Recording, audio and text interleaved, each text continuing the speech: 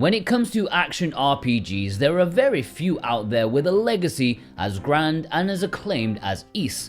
Ys is a series created by Nihon Falcom, a legendary Japanese developer that somehow rarely saw much love in the West, at least not until recently. However, a more niche audience in the West has already tried to blab on about how brilliant they are at their craft, even to this day creating classics as before, not falling into modern gaming blockbuster trappings.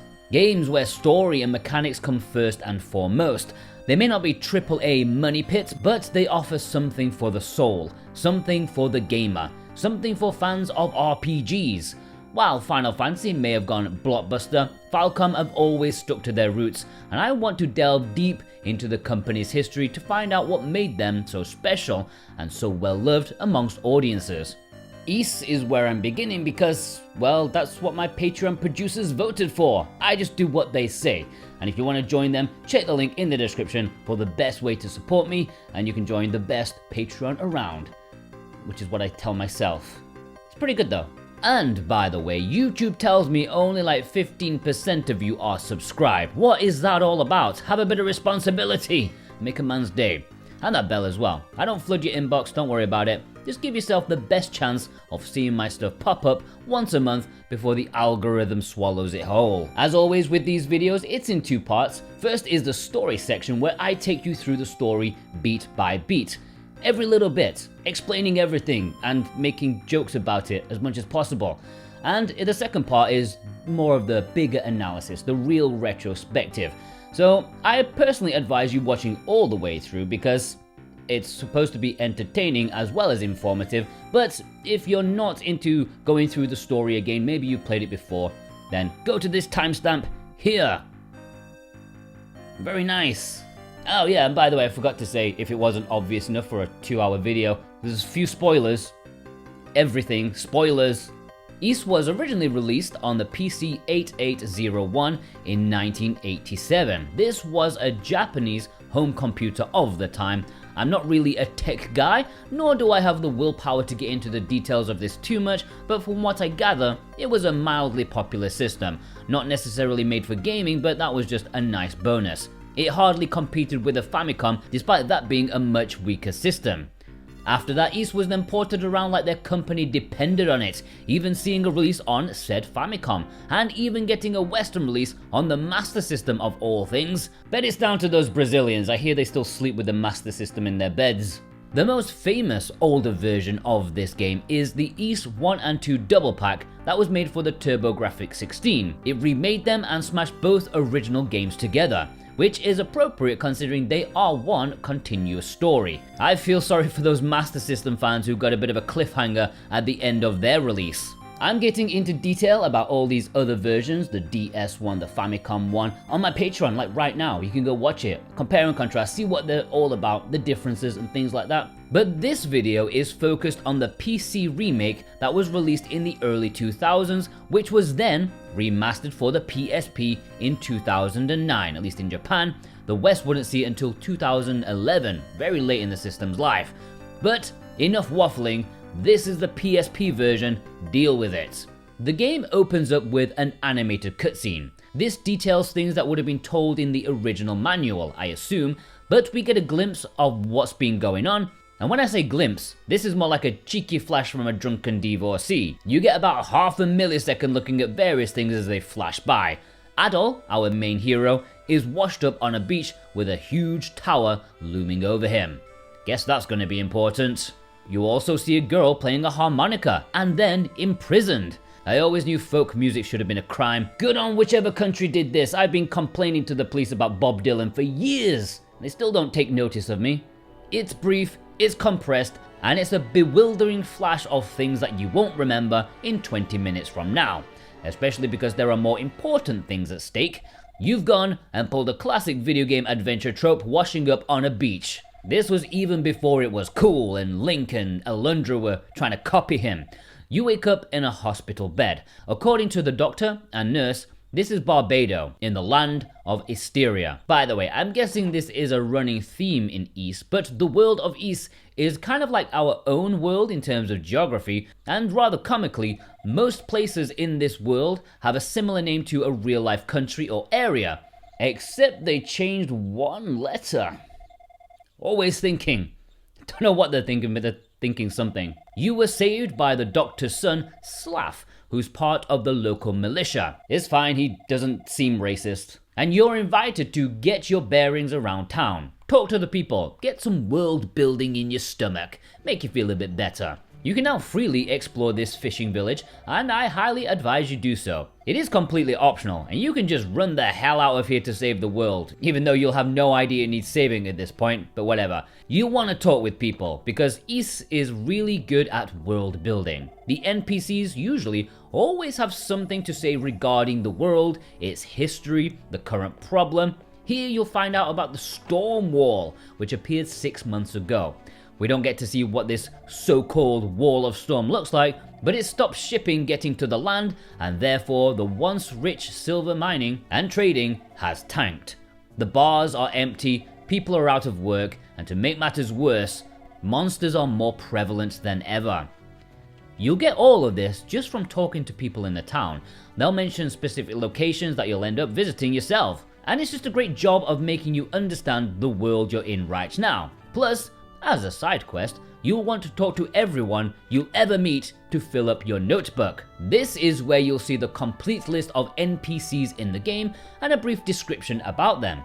They each have their own name as well. It's all a bit KGB-ish if I'm being honest. Maybe that's why Adol's hair is red. A subtle sign of allegiance. The blackmail potential is high with this one. I don't think there's much point filling it all up in this PSP release, but the PC version has achievements if you're one of those people. But the one thing you'll get for filling it up in this town is a sword from Slav, the doctor's son who saved you. As I said, it's not necessary, but it means you don't have to waste precious money on buying a sword in the next town. You could buy other things like armor or a shield, or blow it on cocaine from the local dealer. Okay, maybe not that part. But Slav is impressed with you, and he asks you to join his militia. Adol doesn't express too many mildly right-wing views that we know of, so he declines, and he wants to see the state of Esteria for himself, the monsters, and why it is what it is. He's a young adventurer, of course. Slav points Adol in the direction north, where he will find the largest town in Esteria, Minea. And so that's where we must go. Make sure your sword is equipped properly, it doesn't do it by itself, head out of town into your first field adventure. It's a hardly Hyrule field, but you know, it'll do. This is where the music kicks in and, oh, just listen.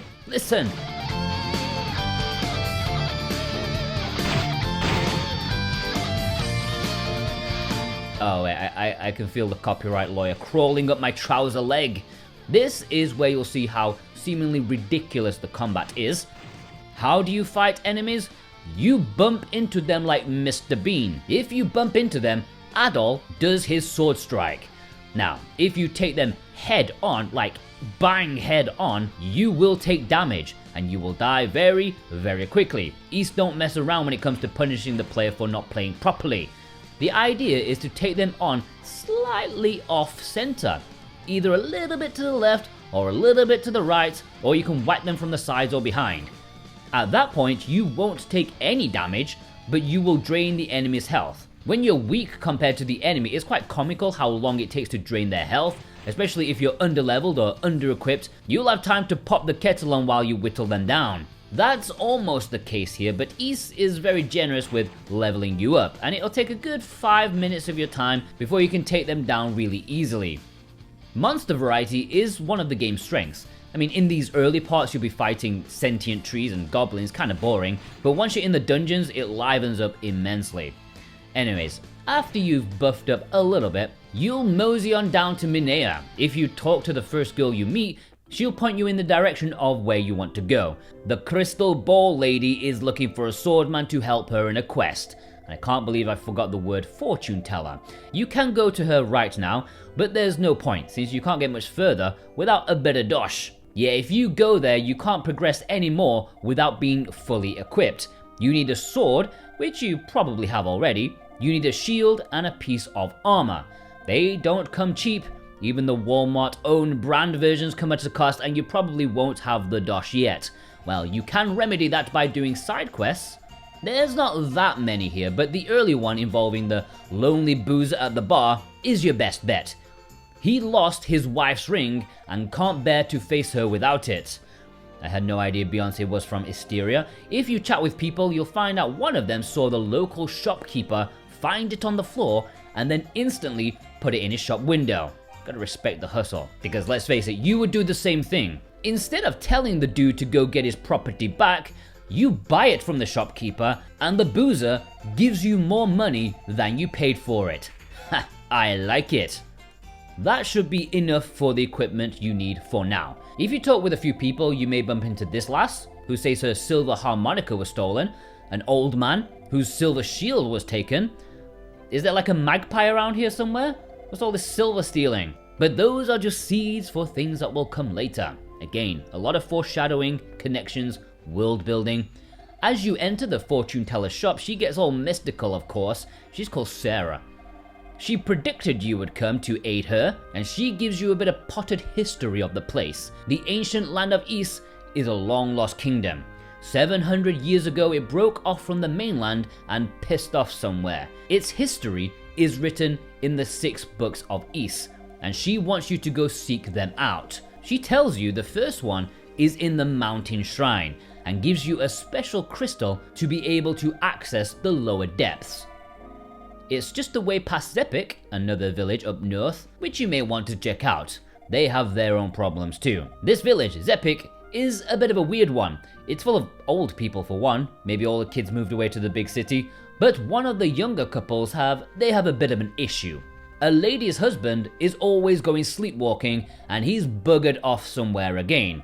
I don't know about you, but my first thought was, look dear, I don't even know what a strip club is, let alone how I ended up in one. But before we care about some dude lying to his wife about where the hell the $1 bills have been going, there are other people who need help too.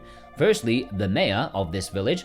Like any good politician, he's hiding things from the public. The only thing that protects the village from enemy attacks is the silver bell.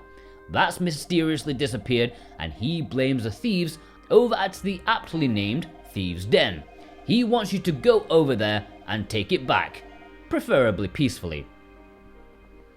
Then there's also the old aunt that Sara wanted you to talk with to guide you about the shrine and books of Ys. She instantly recognizes your quest and gives you the key to the shrine, no questions asked. Now this is actually the main quest. I don't think you even have to help the mayor if you don't want to, but you might as well since, you'll get valuable experience points. So I headed up to the Thieves' Den, ready for some kind of dungeon, fighting bandits, but no, it's just a hut with 3 pretty chill dudes inside. They say it ain't nothing to do with us, sunshine. They don't have anything to do with stealing all the silver. Do they look like a damn black and white bird? Even their silver has been stolen. Much mystery. If you go back to tell the mayor, he says he's not sure, but maybe it was the mysterious man in the black cloak. This dude is referenced to all the time if you've been talking with plenty of people, but you can't be worrying about Sephiroth yet. Don't worry, Sephiroth is not in this game. So I rock up to the shrine where the fortune teller told me to go, and her pendant points me in the right direction. It lights up a statue that transports me into the inner sanctum. This is our first dungeon, and you're thinking, what a swell time this is, it's empty. I mean, I'd have a word with the engineer and designer about all these random ass rooms and doorways without much thought, but you're thinking it's pretty easy. You rock up to the door and unlock it with the key the old lady Jebbe give you. You enter and then, welcome to hell.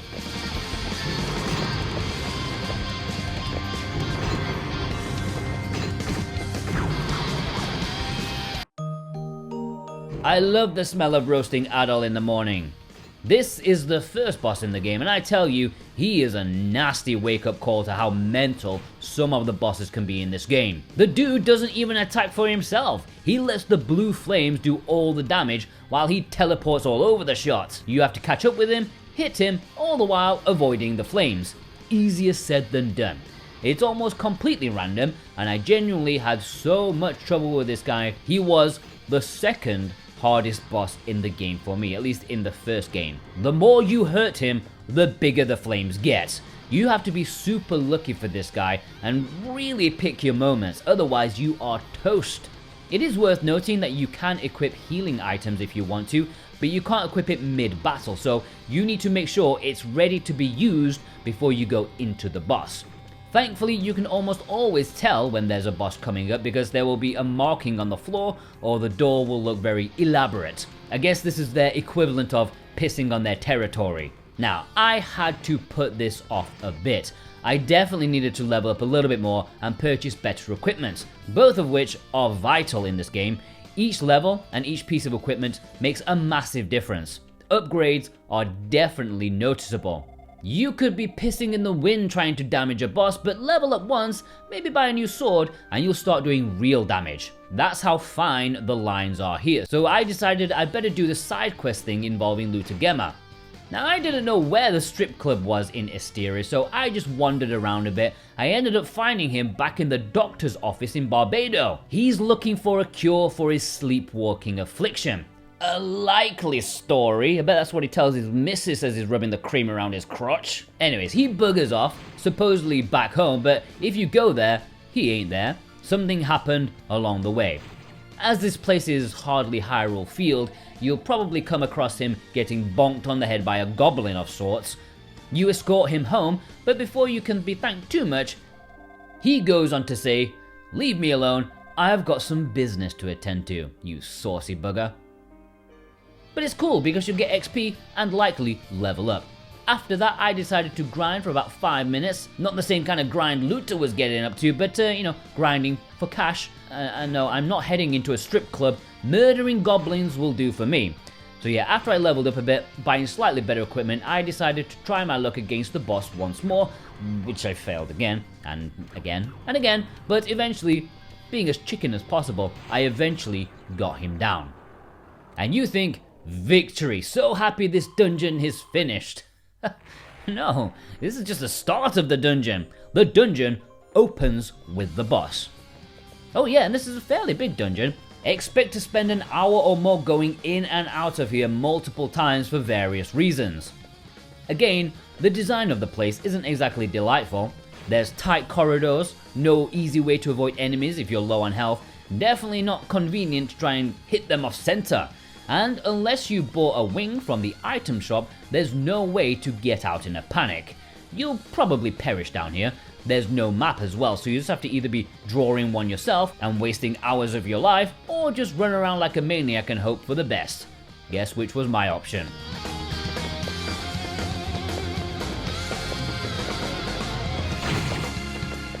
You'll come across a few prison cells which look interesting. Maybe it'll give you a flashback to the intro cinematic, if your eyes have the same frame rate as a pigeon. Someone got locked up and it looks to be a hot babe. I got a key, I open it up and well, I'm not usually a picky person, but I think I'll pass. I like my ladies with a bit more meat to them. Thankfully in the next cell there is someone, a blue-haired girl with no memory. Instead of pretending you're her boyfriend that's come to rescue her, you decide to not face a potential lawsuit and tell her the truth. Her name is Feena, and she tells you a man in a black cape shoved her in here unceremoniously. Not wanting to leave a lady waiting, you can escort her out of the shrine right now back to safety of Zepik Village. Yes, an escort mission from 1987. This isn't so bad though, there is a much worse one later on. But before that, she has a treasure chest beside her, and it is the Mask of Eyes, which if you look at the description in the menu, it says it can reveal secrets at the expense of not being able to see monsters. From the top of my head, this shithousery is only used twice in the game, and both were bad ideas on all counts. But later. You can take Feena out to Zepik, and yes, she can get hurt. She even has her own stats and stuff, but take her to the old lady's house and she'll take care of her after she faints from exhaustion. She'll be fine, don't worry, but she'll wake up later as you progress in the plot a bit more. So, delving deep down, you'll also find a treasure chest key here, which I thought was great. I wonder which chest it opens. Turns out it's all of them. Yeah, this one key helps open every single locked chest in the game. What fortune. It also means you can open up the chest to find the shield ring, which for me is very important as it doubles your defense. You also find the silver bell, the thing that the dodgy mayor was looking for. If you want to hand it back now, he'll give you an offense ring, which means you have enough rings to organize some sort of North American sport. But yeah, it doubles your attack power.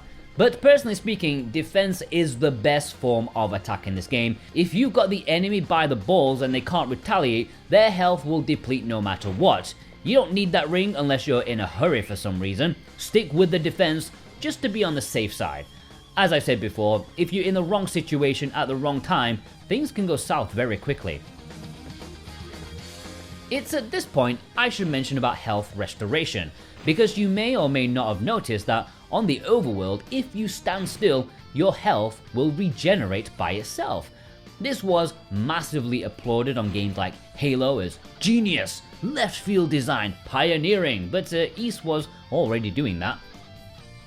And I bring this up now because in dungeons, it doesn't restore. So if you're like myself and don't want to waste money on medicine, you can pop back up for air, restore your health before delving back down again.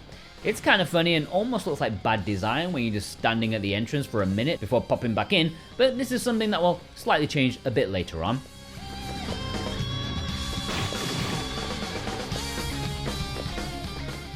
And now, ladies and gentlemen, may I present to you the part of the game that absolutely stumped me. So much so, I had to consult a guide. If I didn't, I'd have had to just give up on this project. Because of this door right here. Now, it may seem obvious to you that about 1 minute ago I told you about an item called the Mask of Eyes. But fast forward an hour in game and me mostly forgetting about it or not really being prompted by anything to let me use it, this door here. Do you see it? Do you see it? Can you see that secret door? You probably can now I've paused this section long enough, but wandering around looking for something, trying not to die at the same time, who the hell is gonna see this? It's here you're supposed to use the mask to unveil the door. Of course, it seems obvious because how I've laid this out, but genuinely, it befuddled the hell out of me. It's not exactly a dead end when you get here because there is other places to go. This place appears to be a diversion within the dungeon rather than the main path.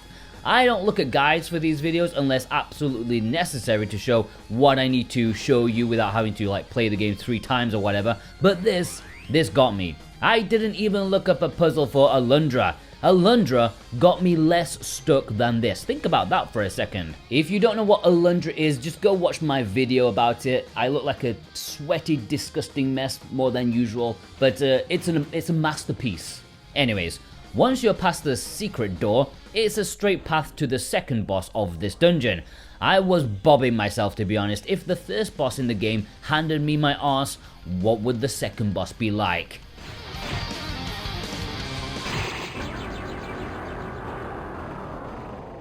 Ah, a piece of piss. Alright, I'll take that. Inside a collapsed room, you find the Book of Ys, Volume 1. You can't read it since it's an ancient language, but who cares? It's not for you. The lovely lady at the fortune teller's needs it, so that will be your next stop. And unless you brought a rather expensive wing with you, you'll have to walk all the way back yourself. Before dropping the book off, if you've got a heart, or something in your pants, you're probably eager to see how Feena is doing. Did her fever subside?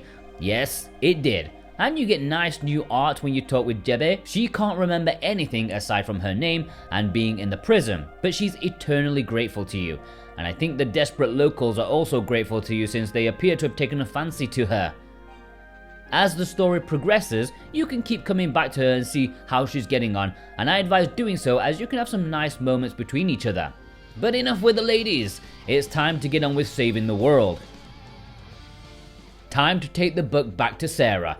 Instead of being greeted as a hero, you are greeted by a corpse, because Sara is dead. She's been assassinated by the Black Cloaked Man. Proof that fortune tellers are hacks. She couldn't see her assassin coming?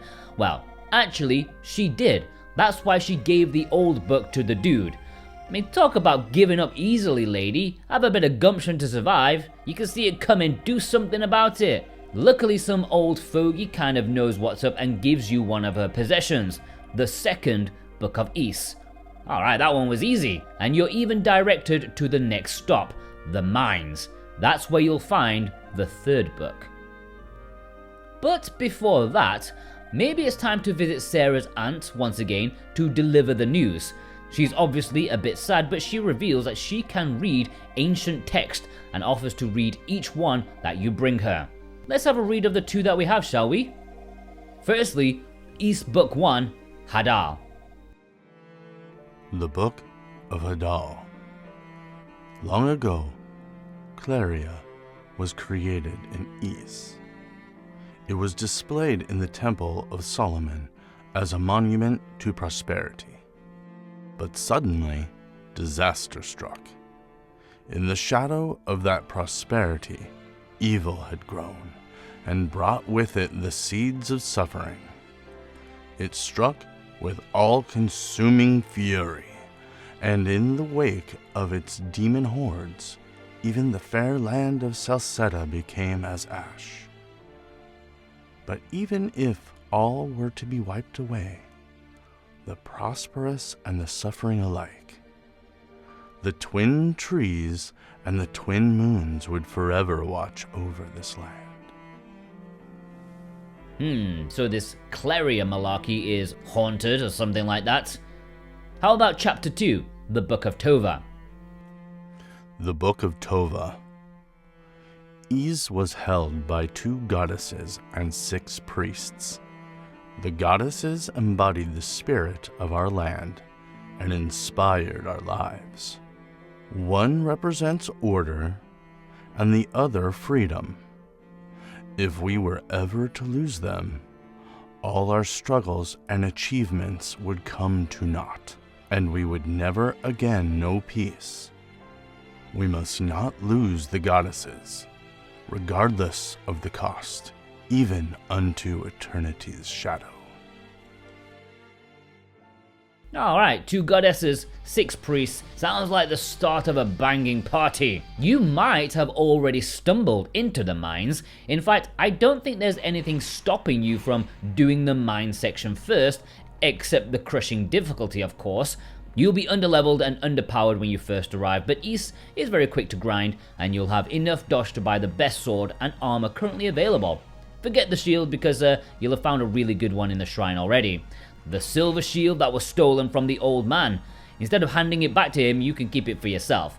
In fact, I'm not even sure what he says if you talk to him. I wish I tried, but, you know. The mines! This place is as dark as you'd imagine, so obviously the perfect place for reading an ancient book. I wonder if they kept any Game Boys down here as well. I'd walk slowly if I were you. Yes, it is possible for Adol to walk like a normal person. It's not a bad place to navigate, but there is an easy to miss chest in here that I pity any sort of fool that misses it, because it's almost the most important item in the game for me, and one I can't imagine completing the game without. The heal ring. If you equip this, it allows you to heal in the middle of a dungeon. You don't need to trek out, nor do you have to waste healing items on anything but bosses. It is an absolute godsend. If you do miss it, however, the game is mildly more generous about healing areas in this dungeon and the next one, because you'll also come across these pretty nifty looking bridge crossings, and it acts as though you're outside. So it's like a mid-dungeon safe room of sorts, but the healing ring is better. Soon after, you'll come across the silver harmonica. More silver. Someone really likes stealing silver. You may remember more than an hour ago, if you were exploring Minea, you came across a lady who was missing her harmonica. Well, you can go give it back to her. Hopefully there's a nice tasty reward for you. She just plays a song, that's it. But you do get a brief glimpse of a big tree, which you may have seen if you wandered around the field a bit. There's 2 of them, but that'll have to wait, because we need that book. And the thing we need for the tree is the Redea tree seed. That's in the mines. Is there anything else down here? A sperm bank? I heard someone in Parasite Eve needs one of those. Is there a laundry room? There are some really tough enemies down here, and there's almost no room to fart, so you're probably going to be taking a fair few hits. This means having to stand around like a jackass for a minute to let your health refill, but thank God I don't need to backtrack out of here for it.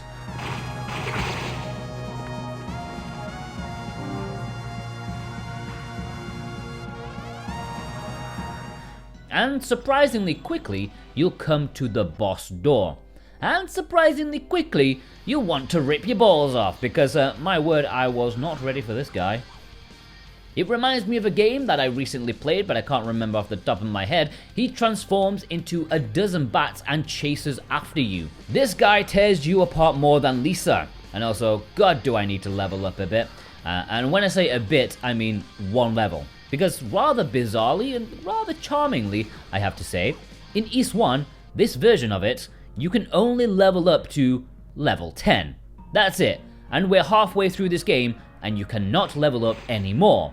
I'll get to that in my feelings about it in the analysis, but one thing's for sure, from now on you are mostly relying on skill and the best cheese you can muster, which I'm pretty sure is a type of cheese in itself, muster cheese, extra pongy.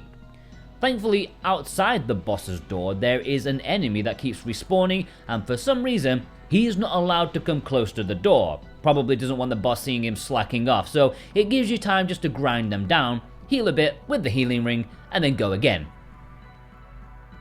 Since starting a bit more Jordan, this is really the first time I've had to do any real grinding, but you know, Ys I and Ys II, it's fairly painless. It only takes like 5 minutes to get on terms with the enemies around you. And at this point, I thought I'd try and investigate something I'd put off until now, the Rodea tree.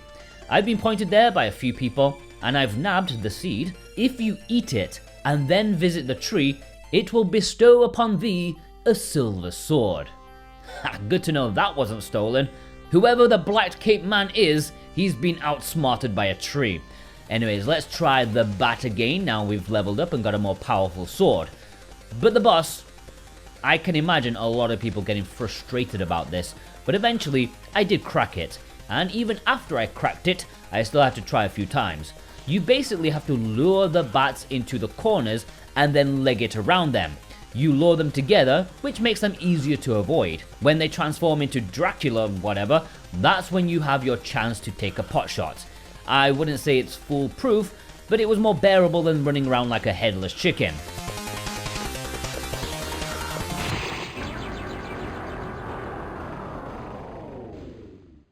Now with your quest half done, you have the third book of Ys. So, if you fancy it, we might as well let the old lady translate it for us. The Book of Dabby, who sounds a bit like a Scottish drug dealer. The Book of Dabby. I speak now of the disaster of Ys. He rose suddenly and attacked our cities. He called forth molten stone from the bowels of the world to burn our fields and trap us in a sea of fire. It was terrible and absolute. One by one, our proud nations were blown out like candles, and darkness and chaos stole over our world. Surely, the Claria was the cause. Was it not the harbinger of darkness? Thus, we sealed it within the darkness, in the ground, so that hope may shine anew. Forget it not, and never lay hands upon it again. Once again, haunted Claria causing the darkness of the land, and they've been hiding it underground. I hope not in a mine, where people are mining. Jebba then tells you the remaining 3 books will be found in the tower. How she knows this is for reasons of needing to get on with the plot, so we need to head to Darm Tower, which, as you may remember, is the tall tower that's often used in the artwork. We're going in, and a little bit of a shock reveal, she tells you that the head of the thieves' den is actually her son. What a proud mother she must be, but he'll hook you up and show you the way in.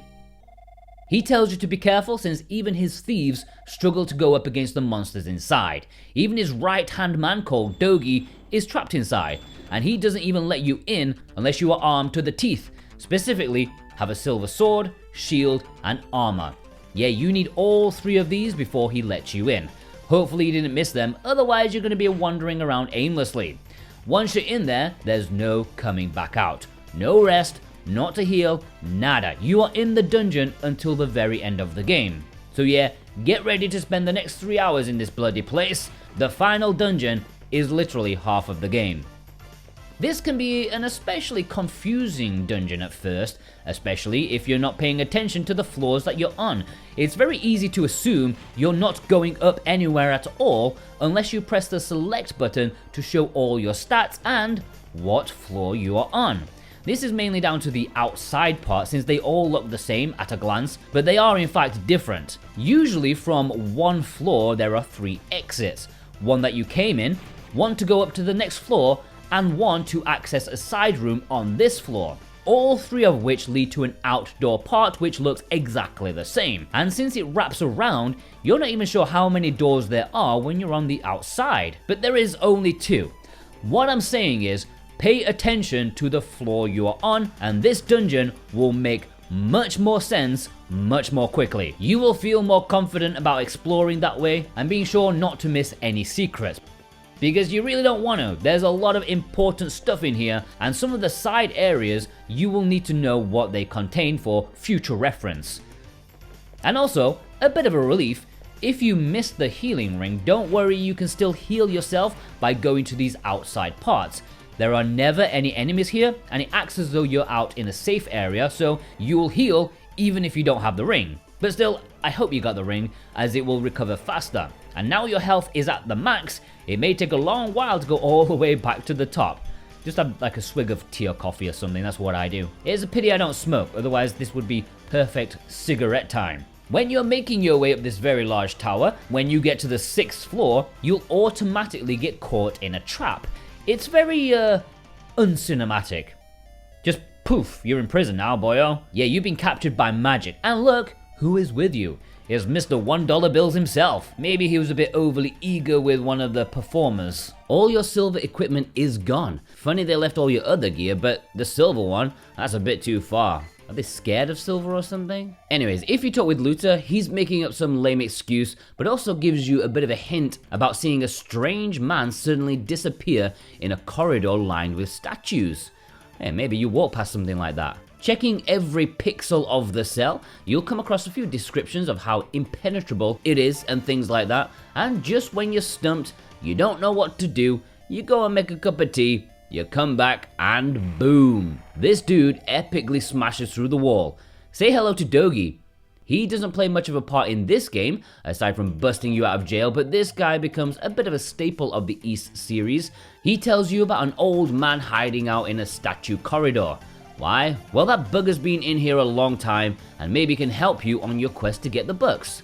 Using the Mask of Eyes, you find his hiding place. He tells you of someone plotting evil to destroy the land just like the legendary Ys 700 years ago.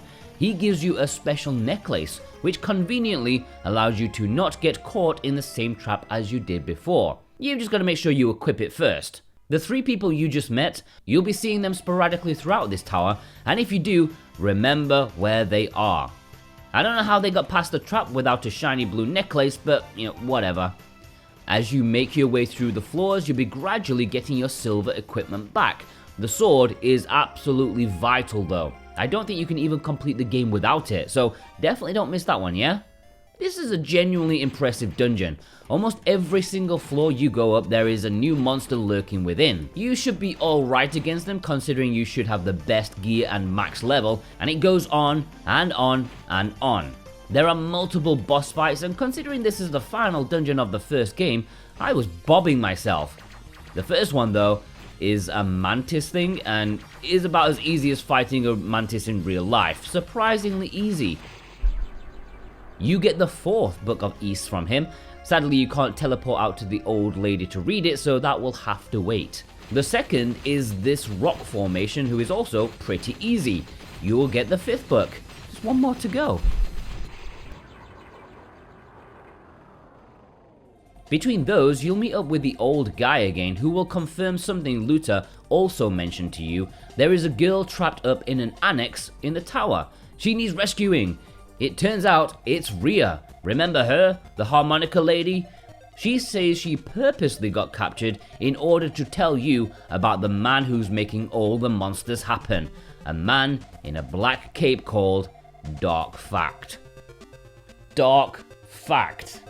What an absolute edgelord. Let me tell you a dark fact. Did you know that the ancient Egyptians, they were quite fond of the color black? It was a sign of fertility. It was also the color of the soil that was so fertile and gave them life. Yeah, they liked black, those ancient Egyptians. That's a dark fact. She gives you a monocle to be able to read the ancient text. Why couldn't they give you a pair? Maybe the budget was too tight, or maybe she just wanted to make you look like a div. But yeah, now you can read the two that you just acquired.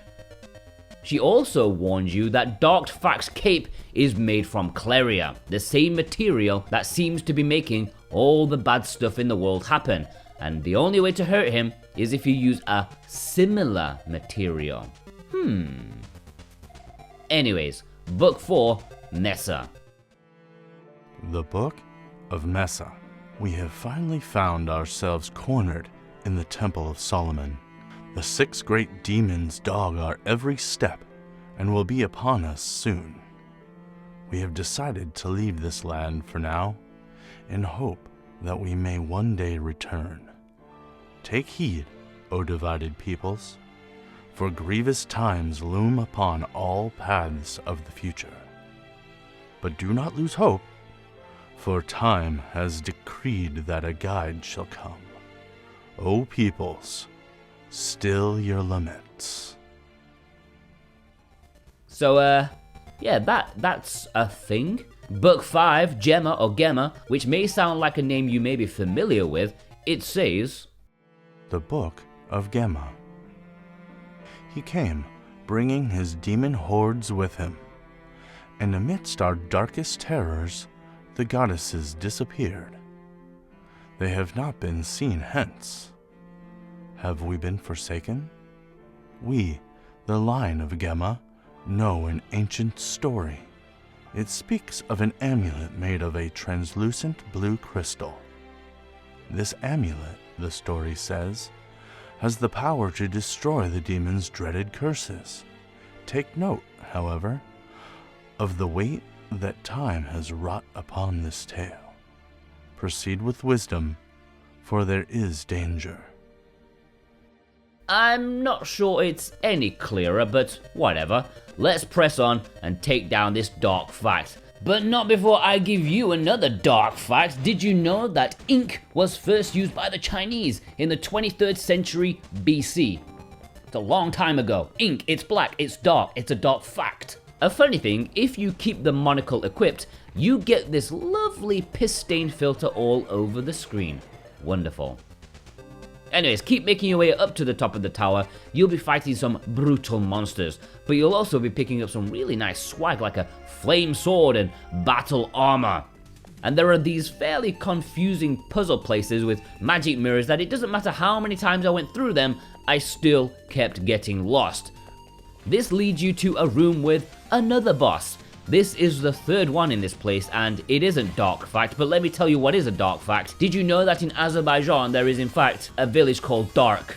It's a dark fact. I tell you, this one was a lot closer than the previous two, but again, I did it the first time of asking. You can only hit the head that is currently golden. If you hit that, the gold will switch to another head. It's quite a fun mechanic, and they have rotating hazards around them. These are the final guardians of the big boss. Except for this bastard door, which you will be banging up against trying a lot of things, but it won't bloody open. I got stuck so hard here, I didn't have a clue what to do. I spent about 30 minutes just bashing up against it without any luck, trying different items and things like that, so eventually I decided to just go back down, see if I missed some treasure or something, maybe another bloody necklace, sick of them. And halfway back down, I saw the old man again, and talked with him. And the old bugger knows that I can't get past the door and tells me to speak with Luta. So, even further down you go, and you don't even need to mention the door to him. He's just so impressed you managed to get his ancestor's book back. Yeah, he's related to the priest back in the day. And he gives you another heirloom, a bloody necklace that looks like it might open that door. Wonderful. This is perhaps the worst backtracking I've ever seen. But no time to moan now because it's time to take out Dark Fact. Talking of Dark Facts, did you know that complete darkness is when the sun is 18 degrees below the horizon? It's quite a dark fact. We're almost there. Dog fact is a big bugger. How the hell this dude has been sneaking around, I don't know. He applauds your efforts, but also thanks you for bringing the books to him. For if all 6 books are brought together, a great power will be revealed. And with that, the absolute pain in the arse boss begins. This is unmitigated bullshit. This dude flies around all over the shop as though he's some Zelda boss. Not only is there crap flying absolutely everywhere, not only are there asteroids, but those said asteroids split into pieces like a cluster bomb. The pièce de résistance, however, is the fact that when you hit him for damage, the tile that he is on will disappear. Meaning, the longer the fight goes on and the more you attack him, the less retail estate there is to move. And if you so happen to be on a pixel on that tile when it disintegrates, then you will too. Good bloody luck. 1 hour. 1 hour.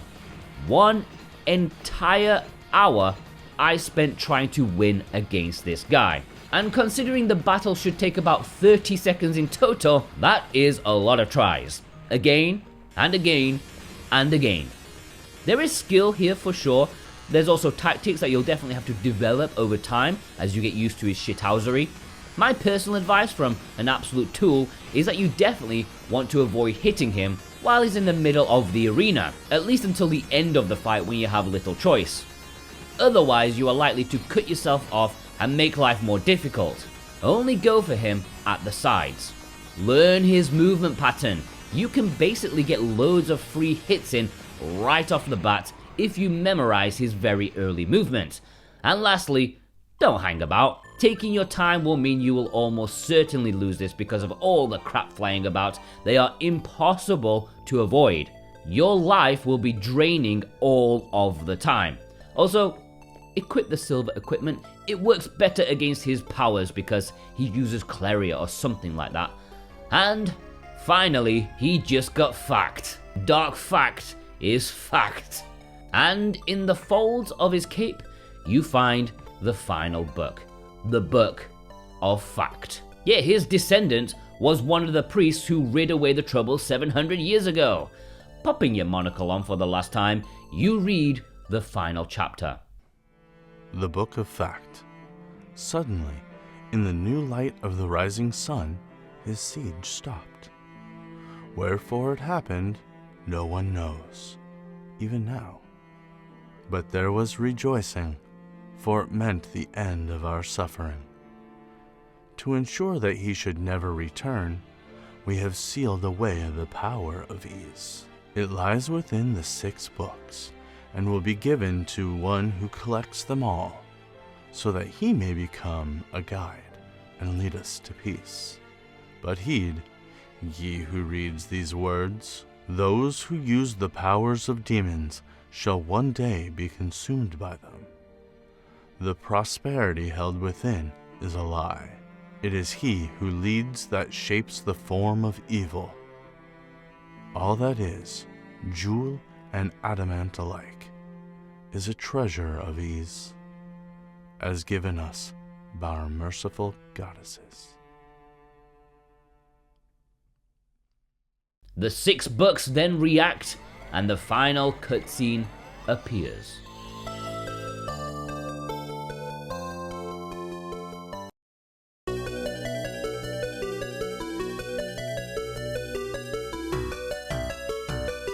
The morning sun began to rise. Gradually, the sky brightened, and the tower's outline began to shimmer like a mirage. As if freed from captivity, birds began to sing, and demons dissolved into the air. Adol felt weight of a long journey lift from his heart. The world was at peace. It was as though the historic bounty of Ys had been laid before him to fill his eyes and soul. As the things written in the books vanished one by one, the shapes of the goddesses began to materialize. Though their faces were unfamiliar, Adol felt in some way that he had always known them.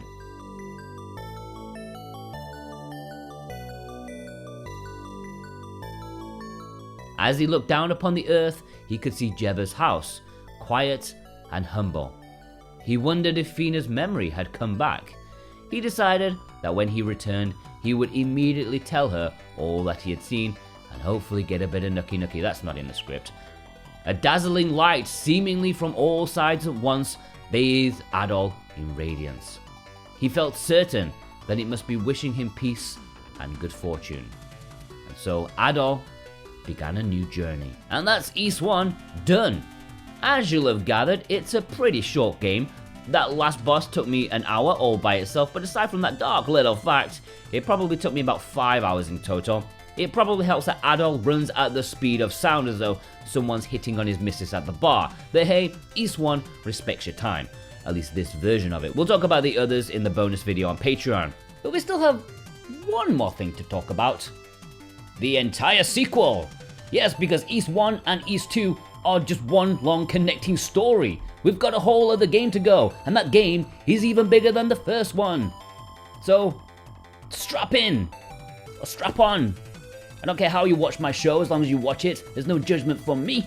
So go grab a cup of tea, or your naughty toys, and let's get into it. Ys II, also known as Ys Vanished, the final chapter, also has a fancy animated intro that's also way too fast to see what's going on.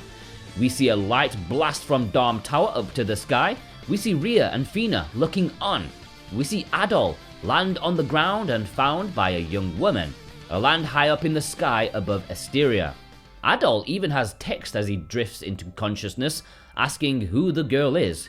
She is Lilia, and she had a premonition about some red-headed weirdo, and so came to this very spot to see you.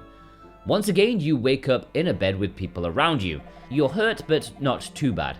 A little bit of a nap will get you over blasting into the stratosphere. Now, for some reason, also known as a dick move, you've been stripped of all your equipment and items. Gone is your flaming sword. Nowhere to be seen is your healing ring, and even your damn monocle is gone. But the only things you still have in your possession are the $6 and your clothes. Apparently whichever godly power shot Adol into the sky wanted to keep his dignity intact somewhat. You'll also notice you're back down to level 1, which massively sucks, but not to worry because it's only 10 levels again, right? No, for some reason there's no level cap in this game. You're in Lilia's house and staying with her mum, Benoa. You can get some nice background information from her. She tells you that this is Ys. Yes, the long lost land is right here. It was in the sky all along. She tells you about the local area, the Moondoria ruins, the Rastini mines, but she tells you better rest up first. But, also, could you do me a favor? Could you take this letter to the local doctor? Talk about false concern. Yeah, oh yeah, you rest up. Yeah, just take the day off. Just remember that deadline we've got to get in for the end of the day, yeah? This is to get you out and about and talking with the villagers. It is very reminiscent of the opening of the first game, finding your feet, finding where everyone is, talking to people, getting a feel for the world. You're giving the letter to the doctor because Lilia is severely sick. She doesn't know it, but her mother does. That sounds like something someone would say who's about to give poison to their loved one to get some inheritance money. What she doesn't know is that she's severely sick. Your drink's ready, dear? So off to the doctor you go, or you would, if he was there. Just like the doctor in Esteria, he's always pottering off doing his rounds. This time he's gone to the local mines in order to procure some medicinal herbs. But the trouble is, there's been a landslide and he is trapped inside. Thankfully his trusty carrier pigeon managed to get the message home. Okay, I have to be honest, this is mildly dumb right now. You can't go there straight away because you don't have any equipment nor a permission slip from the village elder. You can't enter the local ruins without it. The cash that the doctor's brother gives you should be enough for a crappy sword and shield, and the mayor, he tells you that the ruins lead into the mines and are also home to some statues of the 6 ancient priests. Perhaps returning the $6 to them can provide a clear message as to your purpose here in Ys. So we're getting a 2-in-1 here. Now, the field here is just as small, if not even smaller this time around, because there's not really any one main field. Ys II is a much more linear affair. You're almost going in a direct line from one location to the next until the end of the game. but I do suggest a little bit of grinding here. Skill can do nicely, but I found it tough at the beginning of the game. The mines especially have some really unforgiving corridors and monsters that are way higher level than you. In fact, just before you head into the ruins / mines, whatever, you'll probably come across these golems that you can't even hurt yet because you're so weak. And even this old dude says you're too much of a pussy to help him out right now. You just defeated Dark Fact and at least 1,000 monsters just before this. You can't tell me that was entirely down to a shiny sword rather than Adol being a badass. Never mind, we'll come back to this guy soon because he does have something very important to give you. And this dungeon, but let me tell you, I'm not a fan of being told exactly where to go, but as far as mazes go, this is just unbelievable. I don't want to use the word poorly designed, but it's hardly consumer friendly. This is a make your own damn map time, and I probably would have done had I not thought of it until near the end. It's an absolute maze and it's full of the same looking corridors and the same kind of dead ends. It's kind of natural in that regard because mining tends to, not end except when there's dead ends that are unfinished, but, it doesn't make a particularly pleasant dungeon experience. As you're looking for the doctor, you'll come across rooms with aforementioned statues, and you hand the book to each of them. Again, this is not easy because it's very difficult to remember which rooms you've already been in, which stairs you went up or down last time. And this took me forever of just wandering around aimlessly. You'll even come across a boss, but now is definitely not the time to get your ass kicked. You're going to want to nope the hell out of here for the time being. The statues do give you some interesting information, like the fact that demons are born from the presence of magic. Because magic exists here, so do demons. And the only way they can be subdued properly is with the help of 2 goddesses. You need to find them. You'll eventually come across a suspicious looking pile of rubble, and if you approach it, you'll find yourself talking with the doctor on the other side. If you got hopelessly lost on the way here like me, you'll no doubt have picked up a pickaxe of sorts, which will help you clear the way and be able to be face to face with the good doctor himself. You tell him about Lilia, and he says, oh god, she's dying, even though she looked fine like 5 minutes ago, but instead of doing his duties, he tells you to go and get 2 ingredients that will help her survive. A rhoda fruit, which you may have picked up already, and a Salsetta flower, which is giving me memories of something. So yeah, keep looking around this dungeon, Jimmy. I came across some fire magic, and I'm thinking, oh hell yes. Hopefully there's no methane pockets down here, but I'm gonna toast these monsters to oblivion. But you don't have any magic points. You get magic, but no MP. You teasing at least if you went about the game in the way I did. And probably you would too if you were playing without a guide, because it appears that after a certain level, the old dude outside will see that you've swolled up a bit and then ask you to help him finally. So the idea is that you grind a bit first, then go talk with him to get a MacGuffin. He asks you to defeat the local golems and retrieve a treasure, the Rod of Divinity, also known as a charlatan stick. If you use it to touch the goddess statue, you will be granted a restraining order. You will be granted the power of magic. Magic is Ys II's biggest addition. Both games are very similar, but this is truly what makes it a whole other beast. You're going to be relying on magic so much in this game, and no less so from the fire magic you've just found. When you have this equipped, you can fire at monsters, and it's well effective at keeping them at a distance.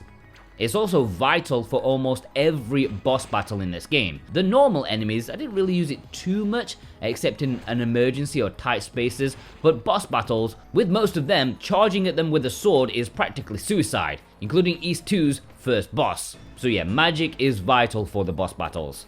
And also, by the way, you can burn villagers if you want to, that's nice.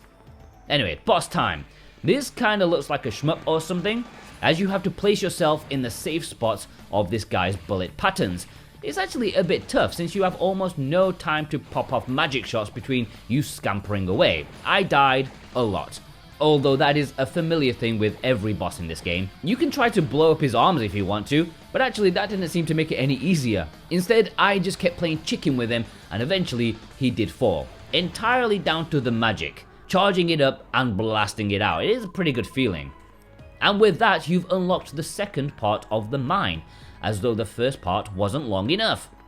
By this point, you've probably only got one book left, and it's going to be the Book of Fact, the Priest Fact, not like the book is some sort of encyclopedia or something.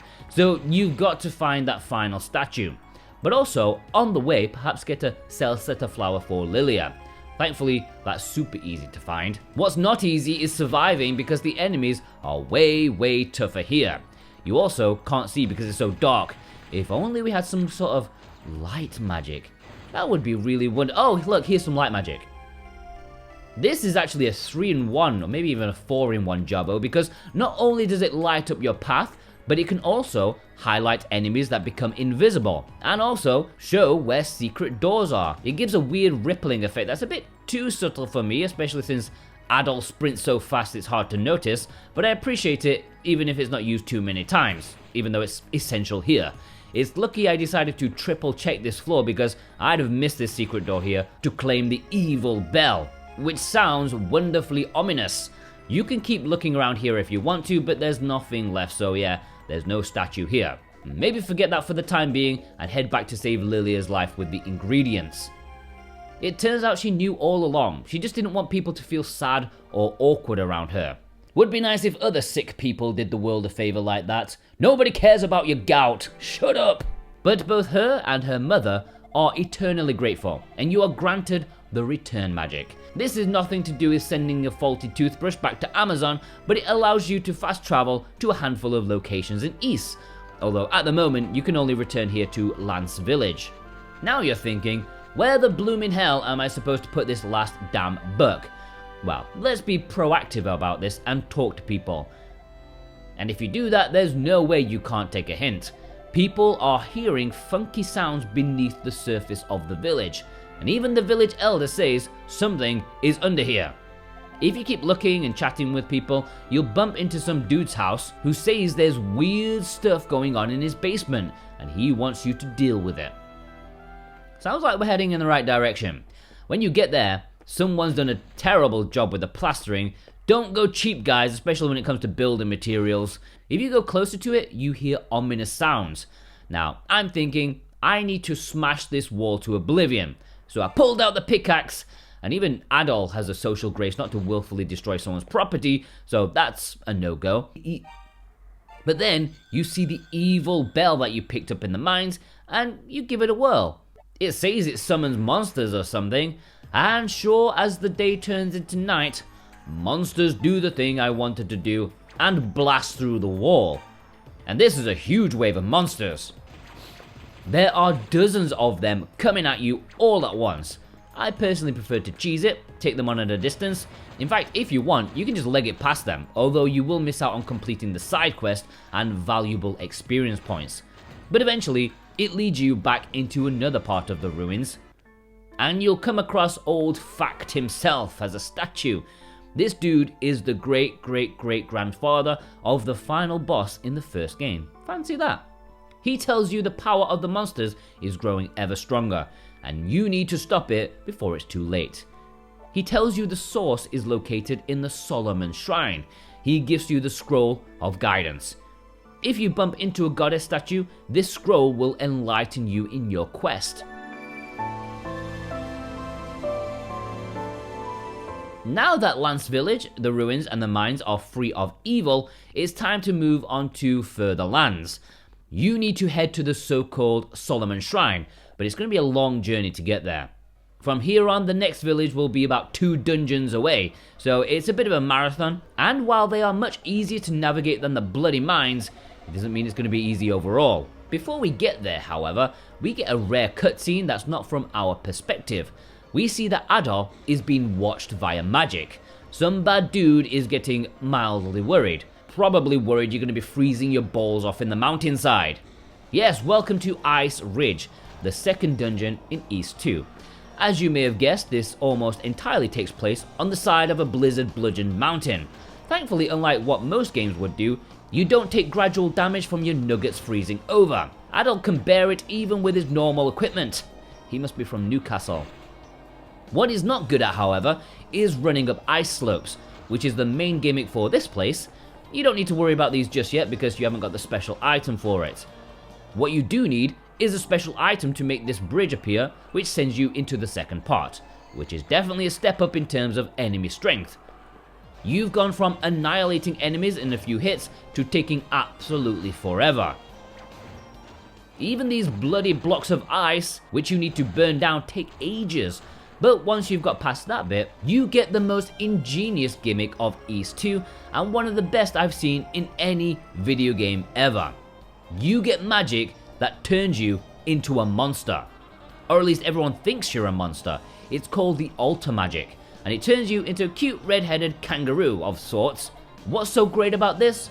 Well, it changes the whole viewpoint of the game. While in terms of actual gameplay it's limited to a small handful of sections, the developers put so much effort into this side because other monsters won't attack you for one, so you can just walk past them. Not only that, but it also lets you talk to the monsters. You can have a chat with every single monster in this game, and they all have something unique to say. They all have unique names, and it gives added story elements and even hints at where Adol should go next. Conversing with monsters isn't anything new, but the sheer scale of what they did for this one little gimmick is amazing. And to add even more, if you go into the villages as a kangaroo, everyone will react to a monster seemingly roaming into their place. It's fun to see what they say. Soon after that, you'll grab the stone shoes, which will now allow you to walk up and down the ice slopes in the first area, which, as you may guess, you will need to do because if you keep going straight, you'll end up at a door, which is all weird and stuff. It's a trick. It's a fake door, and you need to find where the correct door is. But how? If you do some backtracking, you'll come across a goddess statue who, well, she tells you exactly that, but not how to deal with the problem. So it's time to wander about until you find something that can, and I quote, reflect the truth. It's at this point I'm looking at my health and thinking, how the hell am I supposed to continue? So I took advantage of the return magic to heal up, get better equipment, and then go back and try and find whatever it is I'm supposed to find. Lucky I did go back though, since after talking to some people, it seems that Lilia has gone, disappeared, maybe even kidnapped. Can't let a babe down, so let's go back up the mountain. On the first screen, with your new boots, you'll grab the anti-illusion mirror, which seems like a very specific product. Probably don't sell many of those. Making your way through this entire dungeon again to the door, the real door pops up next to it, and it's time for the boss. Yeah, I've been pretty brief about this one because there's not that much to it. It's just going back and forth, and although it is mildly confusing, it's frankly a relief compared to the mines. So I'm face to face with the next boss, and I'm thinking this is mildly unfair because from the start of the dungeon until this boss, there is no relief in terms of being able to heal. You can use a herb that you found, but those hardly heal anything. And with lowered health from my trip here, the boss naturally murdered me. Well, after deciding to grind and run around a bit more, I noticed this sneaky place here. A hidden doorway that leads to perhaps the most useful item in this game. It's the same as the healing ring from Ys I, more or less. I have no idea how I was supposed to find this, and I don't know how anyone could possibly get anywhere in this game anytime quickly without this spirit cape. It takes forever to heal, but it's an absolute godsend for one's sanity. That doesn't make this boss easy though, because he can kill you in one hit if he jumps on you, and again there's almost a shooter-esque pattern to his attacks that you need to avoid. You may notice my fireballs are now homing attacks thanks to a special item I got called the Hawk Idol, which again is almost essential if you want a bearable life in this game. This one isn't quite as hidden, but still it's not exactly in the way. This boss took me many tries. It's almost ridiculous, but again, there is method to the madness, even if that's not completely foolproof. As you make your way through the door, you'll notice a distinct shift in the vibe, from being a little bit chilly to molten lava. I'm really quite impressed there's still snow on the mountainside. They must have spared no expense with the installation. British government could learn a thing or two from ancient land of Ys. This is a pretty cool look if I do say so. It's dark, gloomy, has interesting lighting, especially if you whack on the old light magic, which you are invited to do so considering some of the enemies in this place become invisible, which this helps show them more clearly. This place is called Burnedbless. you'll find another goddess statue who tells you this place was created to protect the Solomon Shrine or something. It's a maze, and maybe there are creatures and items around here that should help you in your quest. And even in this place you get a weird scene where Adol feels he's being watched, getting all paranoid and stuff. Either these lava fumes are getting to him, or perhaps he's partial to the old wacky-backy once in a while. To be fair, even though I've never done drugs aside from booze or coffee, I'd probably light up a spliff if I had to fight against giant mutated ice monsters, stuff like that. That would make one cross the line, I would think. Once again, in this place, you'll find yourself woefully underleveled in an almost comical fashion. It takes about 3 days to whittle down a monster's energy. Probably could do with a better sword, but you know, that stuff is expensive and you never know when one's going to be gifted to you by this game. But whatever. This is quite a confusing place. It's maze-like and all of it looks the same, but eventually you'll come across the Colony of Lava. Thankfully, unlike what the name may indicate, it's not full of molten life forms, but actually people. Now, I don't care how desperate times get. War, famine, environmental disaster. Has any society in history ever gone, you know what guys, let's move inside a raging volcano? I don't buy it. I think some bacteria would have better lives than some of these people. I can't imagine it does much for the complexion down here. Probably doesn't do much for their mood either, since loads of them either want to talk about the Ruse, cute monsters that have disappeared in recent times, and or they are terrified of you. They don't like gingers in these parts. Maybe the red hair reminds them too much of the horrific lava. You need to pass through the village to get to your destination, but the bridge guard won't open it for you, claiming it's broken. They just don't like you. Enough people mutter weird things like, you're the one they've heard about, things like that, so maybe it's best to try a different strategy. Maybe disguise yourself. It seems they like monsters more than gingers here. Some of them are scared of the monster, but some of them think you're adorable, and it's true. Look how cute you are. If you run to the bridge guy, he thinks you're some sort of lackey for a bigger demon. He's very revealing. After all, it is more easy to open up to less intelligent creatures like dogs, hamsters, football fans. He thinks you're a messenger from a man in a black cloak, and he says he's done what he's asked of him. He hasn't allowed Adol through, and he'd kindly appreciate it if you'd let his son be free.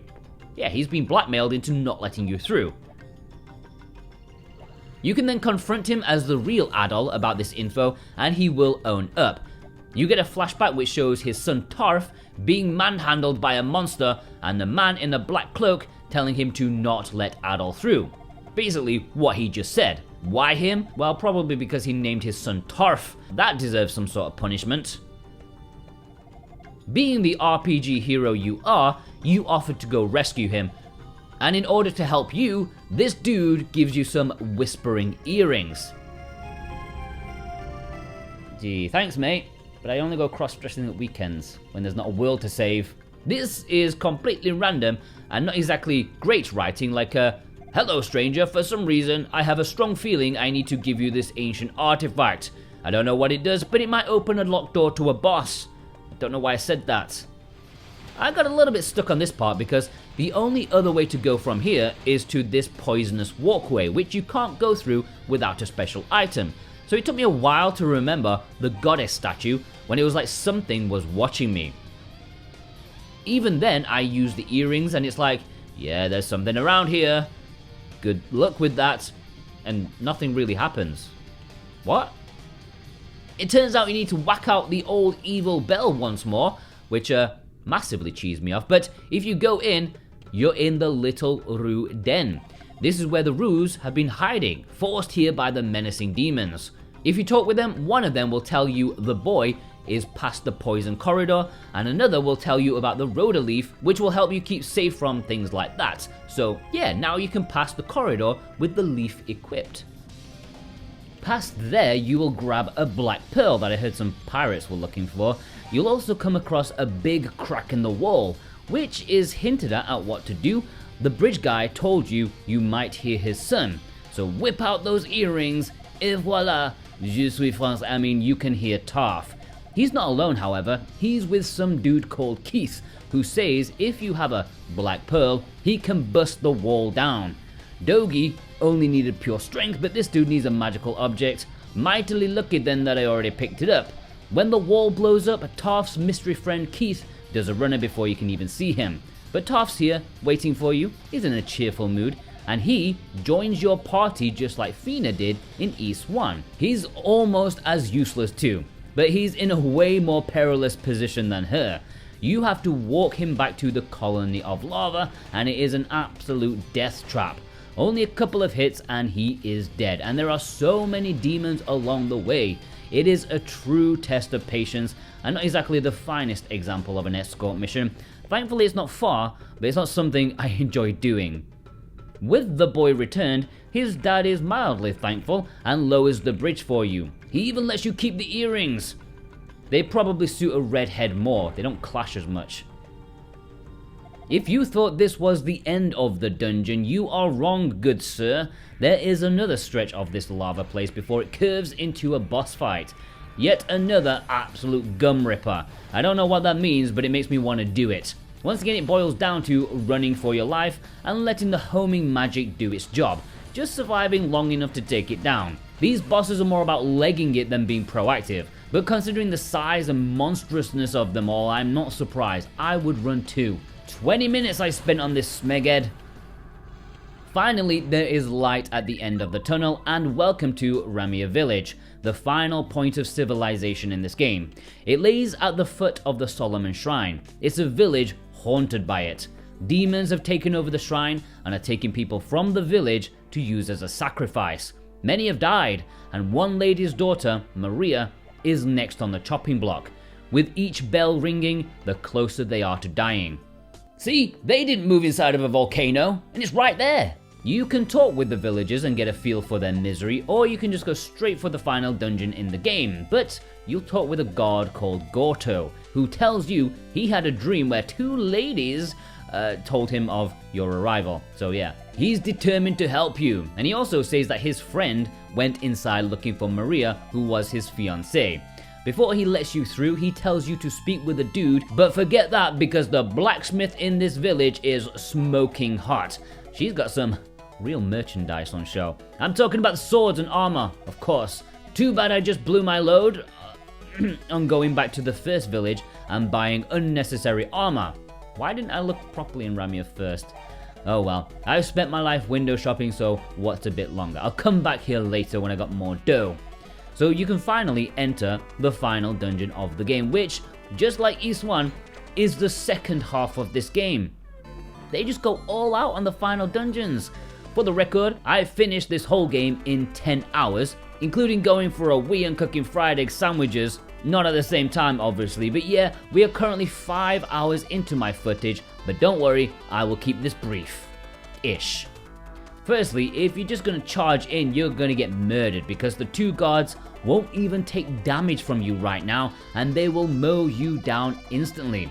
So it's time to fool them into thinking you're a demon too, much to some comical dialogue if you keep going in and out of this place. Now this palace or shrine is absolutely huge and massively confusing, which is something of a theme of the dungeons in this game, but this takes the absolute biscuit. It's probably a bourbon biscuit. Apparently each of the 6 original priests had their own section in this place, and they all kind of look the same, but you're given guidance straight away. One of the demons says, kind of head to Messer's quarters, where you can see one of the vice generals, Zeva. If you get there, you will see a monster baby in there and you'll fight her, or you can try, but that's not the Zeva you're looking for, because if you transform into the monster, she will tell you that that person is elsewhere, in a meeting room up north, but you can't get through the gate there just yet. After wandering around aimlessly for like 20 minutes, you'll probably find this lonely little area where you'll get a pass to let you through due to an emergency. Yeah, you gotta quickly tell her some information about Adol.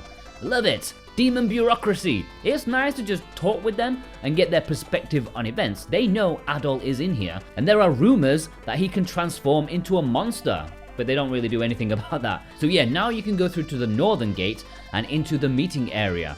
Using your earrings, you can eavesdrop on what they're talking about. Firstly, it seems a bunch of the sacrifices they lined up have escaped. Not only that, but they have the important shrine key.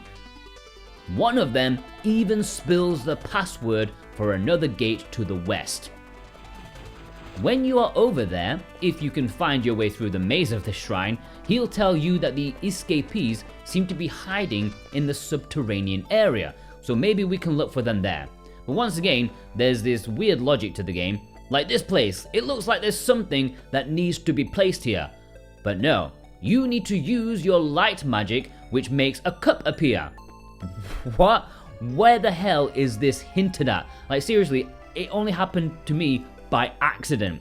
I accidentally flicked through my magic and poof, it popped up. I mean, maybe I needed to talk to more demons or something, but it's not something I remember being signposted. Wow, it's really lucky, otherwise I'd have spent like an hour trying to figure that out. You'll also find this room here while you meet Dallas, the black cloaked man. Instead of killing you, he finds more humor in using magic to keep you in your demon form. Yep, you are a kangaroo for good.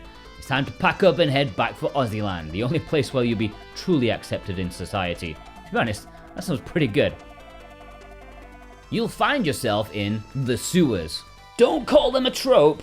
Yet another absolute maze-like area. Interestingly, as a demon, you can now fight monsters in here, which is useful, and if you wander around, you'll find a door which is closed on you by a dude. Remember the escapees that were supposed to be down here? Yeah, but you can't talk with them since you're a demon. So instead of helping them, you freaked them out. I tend to do that without even needing to turn into a demon. So there's not much you can do right now. You need advice at how to turn back into a person. Thankfully, some old dude in the village can speak monster and recognizes you as having trouble. He asks you to find a special cup. Yeah, the one we already grabbed. How fortunate is that? And he takes you to his basement.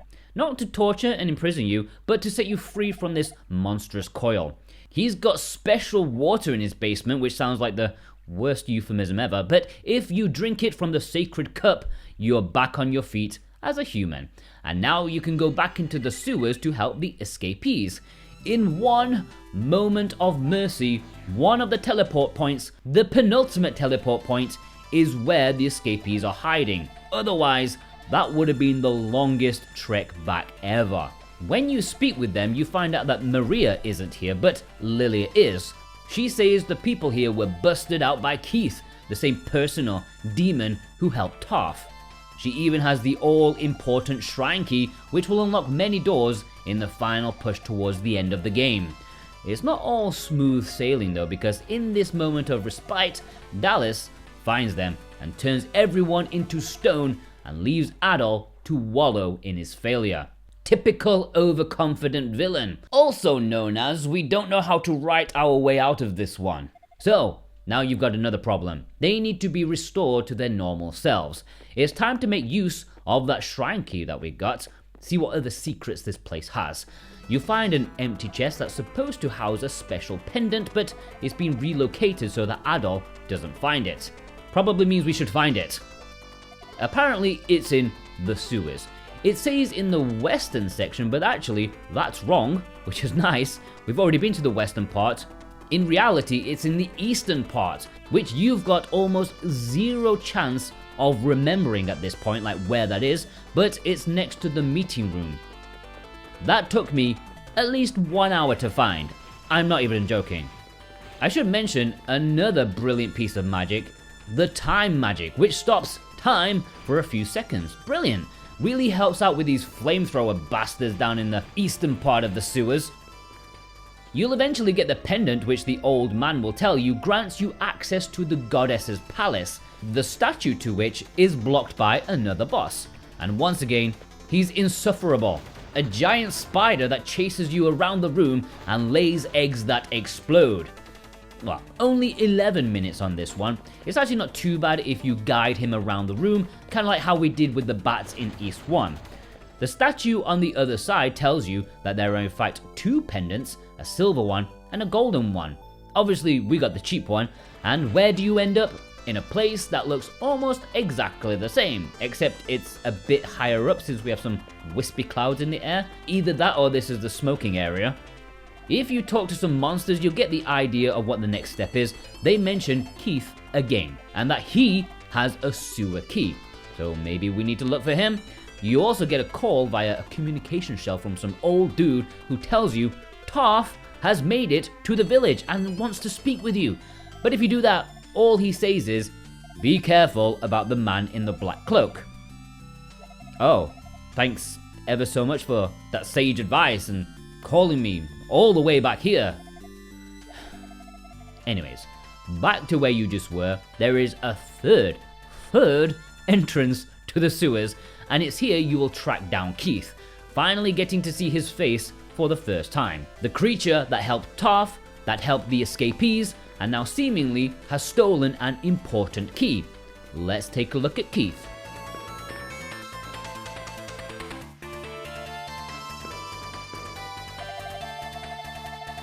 Now, I don't know about you, but every Keith I've ever met is the bloke who sits by himself at the back of the pub, slightly cross-eyed. Smells of roasted peanuts. I wasn't expecting this. He tells you need to lower the waters in the sewers if you want to access the goddess's palace, and gives you the key to do so. Now, the sewers have become even bigger, basically gaining an extra lower floor and connecting all the pieces together, and even allowing access to items like battle armor, sword. Who's hiding all this sweet gear in the sewers? Have they no shame? There's even a Falcon idol, which is an improved version of the Hawk idol. You're almost at the top now, and Keith tells you Zava is waiting for you in ambush. Maria is on the chopping block ready to go, so you can't be hanging around. Next to Zava, before you fight her, is a shrine of the goddesses, who look suspiciously like Feena and Rhea. Come on now. You're instructed to bring a special idol here if you want to unpetrify the escapees, and of course you also need the second pendant as well. Just like all the other bosses, Zava has her difficulty, but it's not quite as infuriating. She sends out waves of bats that you need to defeat before it turns into a bullet hell game against her. Past her, you'll see Maria chained up. You can't get to her from here, but maybe at the top you can stop Dallas, the black cloaked creep. He tells you the sacrifices taking place are to wipe out all of the descendants of the original 6 priests. Not because the sacrifices are the descendants, it's just bait, because the descendants will be far more heroic and just want to go out to rescue them. Doesn't seem like the best plan ever, but they're demons, they're probably not that intelligent. The bell rings for a 5th and final time, and Maria is slain. Once again, he teleports off like a coward, or idiot, you decide. As you run back down, you can now grab the dreaming idol, and then see Maria slumped on the floor.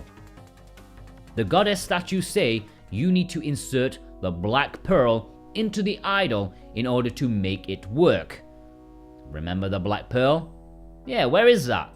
The last person who had it was Tarf. Now you can go talk with him to go grab the pearl, or you would if he hadn't dropped it and Dallas hadn't picked it up.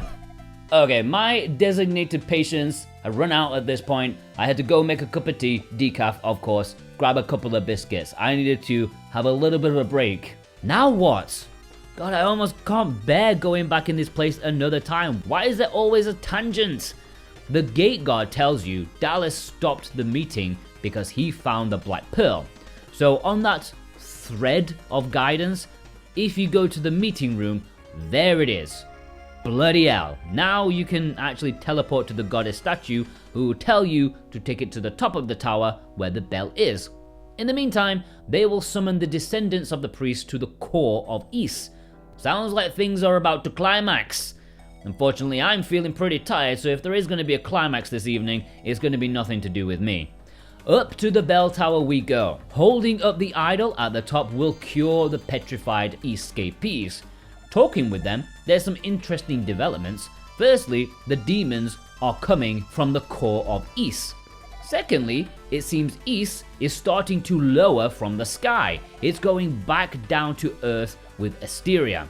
And most annoyingly of all, Lilia has pissed off once more. Can she stop getting herself into trouble? You are, however, given the golden pendant for the sake of Deus Ex Machina, and finally you're told there is another guy around here who probably got turned back out of stone too. Maybe go find him. If you can be asked to go through the sewers again, you'll meet Sada, the Sadat who went in to rescue his fiancée Maria, but breaking the news to him, he gives up and gives you his ancestral sword, the Cleria sword. You can also grab the accompanying armor if you go visit his dad and tell him the news. Using the gold pendant instead of the silver one, this time it transports you deeper, first into the sewer and then into the hands of Dallas, who after all this build-up is a bit of a pushover. No wonder he only turned people into stone and monsters. He's a bit of a wet blanket when it comes to fighting properly. This is the first boss in Ys II that I think I beat the first time of trying. Now, teleporting away, you grab the shield magic, and then you enter the Techno Zone. This is some sci-fi alien stuff. I wasn't expecting this at all. Welcome to the core of Ys. Here you'll see a bunch of familiar faces such as Toph, Maria. Wait, what? Maria's not dead? Huh? Okay, apparently a bracelet she was wearing absorbed all the damage. Yeah. There's Keith, Gorto, and Lilia, who said she had an overwhelming urge to come down here, led by the goddesses who gifted her a ring to then gift to you. Moving forward, there is a teleporter which takes you somewhere that may be familiar to the player, probably not to you since I've edited this down, but this is the location you fought the bat enemy in Ys I. Yeah, you have gone back down to Esteria. You are no longer in Ys, and through there, you see Feena and Rhea. Are you telling me they were the goddesses all along? What a twist! They are stood in place, and if you touch the door, you are informed the goddesses have fallen. Now in the grasp of the great evil, it was they, the goddesses, who sealed the demons away 700 years ago, and now it's revenge. But not before the boss of the thieves jumps in to remind you that the priests are not dead. They live on in their descendants, and Goban's ancestor was the priest Tova. The silver harmonica is used to dispel the power on the goddesses. It turns out that Rhea buried the Cleria deep in the mines long ago, the material which bore the magic and demons. But in recent times, humans excavated it, mistaking it for silver, and bringing forth the domino effect to the current situation. Goddamn capitalism bringing forth the apocalypse. What are we like, hey? Well, I think I prefer the apocalypse to communal farming, but that's just me. Feena tells you that if the demons are to be destroyed once and for all, the very essence of magic needs to be destroyed too. Because where there is magic, there's also demons. The Black Pearl needs to be destroyed, and your sword is powered up to do so.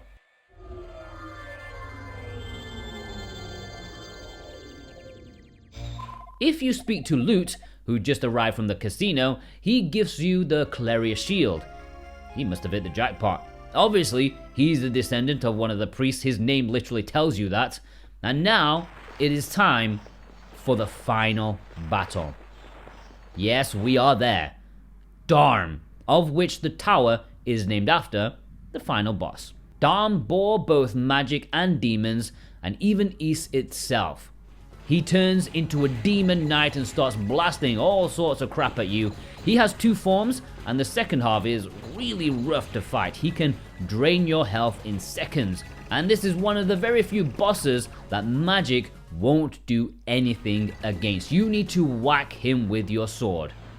And that's actually what makes this fight bearable, because if you play as crazy as me, you'll either be dead or victorious in about 30 seconds. This final boss actually took me less than 15 minutes, which makes it not the most painful fight in the game. The goddess ring, the shield magic, badass equipment, this really does help towards it, and Darm falls. And as he does so, so does your magic points. A nice little touch to signify magic has been destroyed from this world. We fade into the final cutscene as the descendants of the priests and the two goddesses are atop of the Solomon Shrine. Toph is a Adol, Maria is a Mesa, Gorto is a Dabby, which, another Scottish drug dealer. Even Keith is here in human form, still looking nothing like a Keith. With everyone saying something, there is only Feena left, and everyone leaves to give them a little bit of a moment. even Lilia, who's probably the unfortunate third wheel in this vehicle. She cries some tears of happiness, thanking you for showing her how great humanity really is. You are so gonna get laid. And Adol even utters his second word, Feena. As the end credits roll, we see everyone returning home to their loved ones. Even the Ruse family comes out of hiding.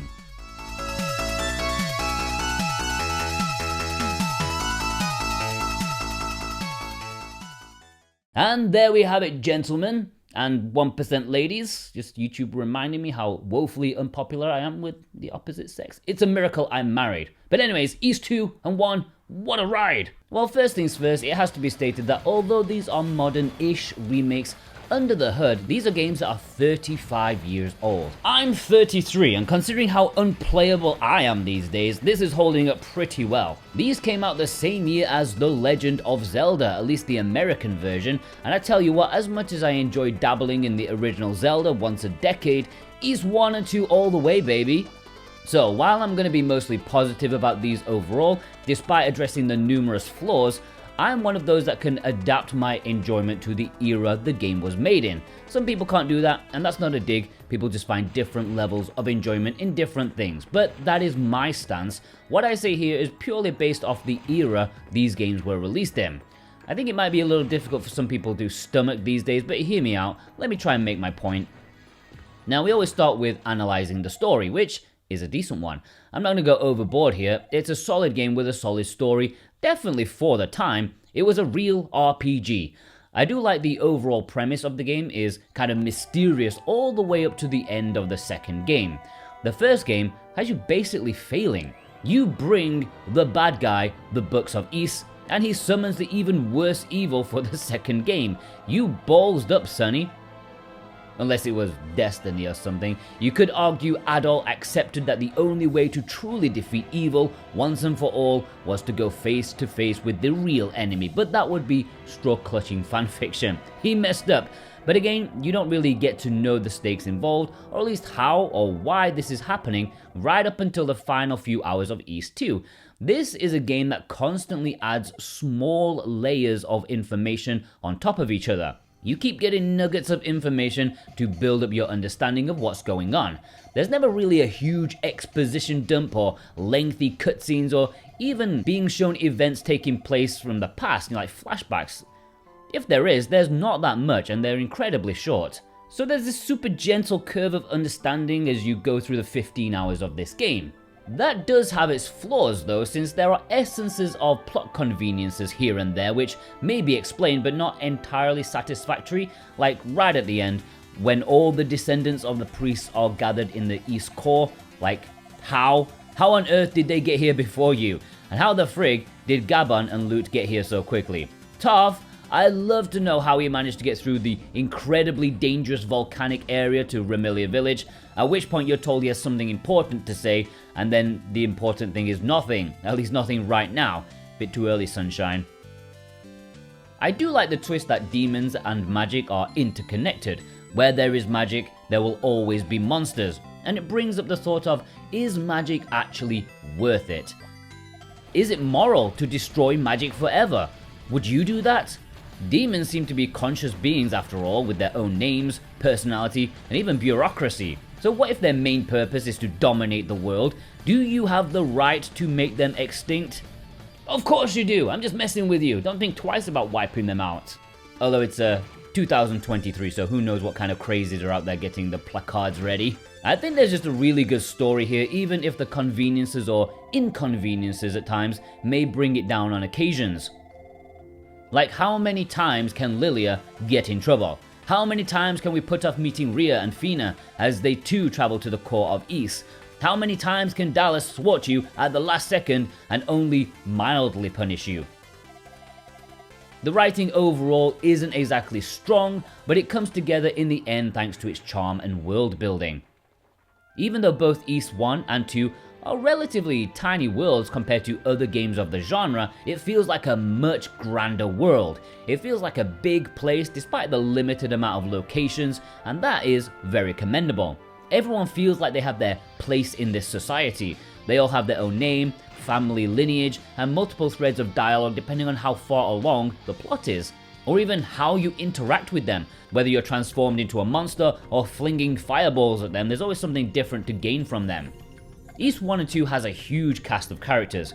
It's a game you're never in one place for too long, and it's almost overwhelming the amount of people you'll be meeting. This means that characterization is quite thin, even with the main people involved. You're never with the same bunch of people for any meaningful time. And as you're out adventuring and fighting by yourself, it's hard to get any sort of attachment or depth to any of these first offerings of Ys. It doesn't help that Adol is a silent protagonist. Mostly, he does speak like 1 or 2 words that we see, and we're told that he is capable of recounting events to other people. We are just not privy to most of it, as though we are not worthy of hearing his voice. I always find it bizarre how games with silent protagonists get away with having them say stuff without actually saying stuff. It gets to the point of, why not just give them lines? Every bugger in this game, including the monsters, have half a dozen different variable lines. Would it have been that much trouble just to have actual sentences come from Adol, even if it's just in cutscenes? The more I play games with silent protagonists, the more I don't get what the point is. It's not as though we need to inscribe our personality onto them, because they obviously already have a personality from the little snippets we get, and also the actions they do. If I put my personality into an RPG character, the hero would just be sat in the pub having a last pint while the world crumbles around him. I'm not going inside a volcano or an icy mountain. I haven't even got a winter coat. The fact that Adol is willing to go through a volcanic cave is evidence enough he has his own personality. I don't get it. And from what I've been made aware, Adol is almost always silent, so it's something I'll have to get used to.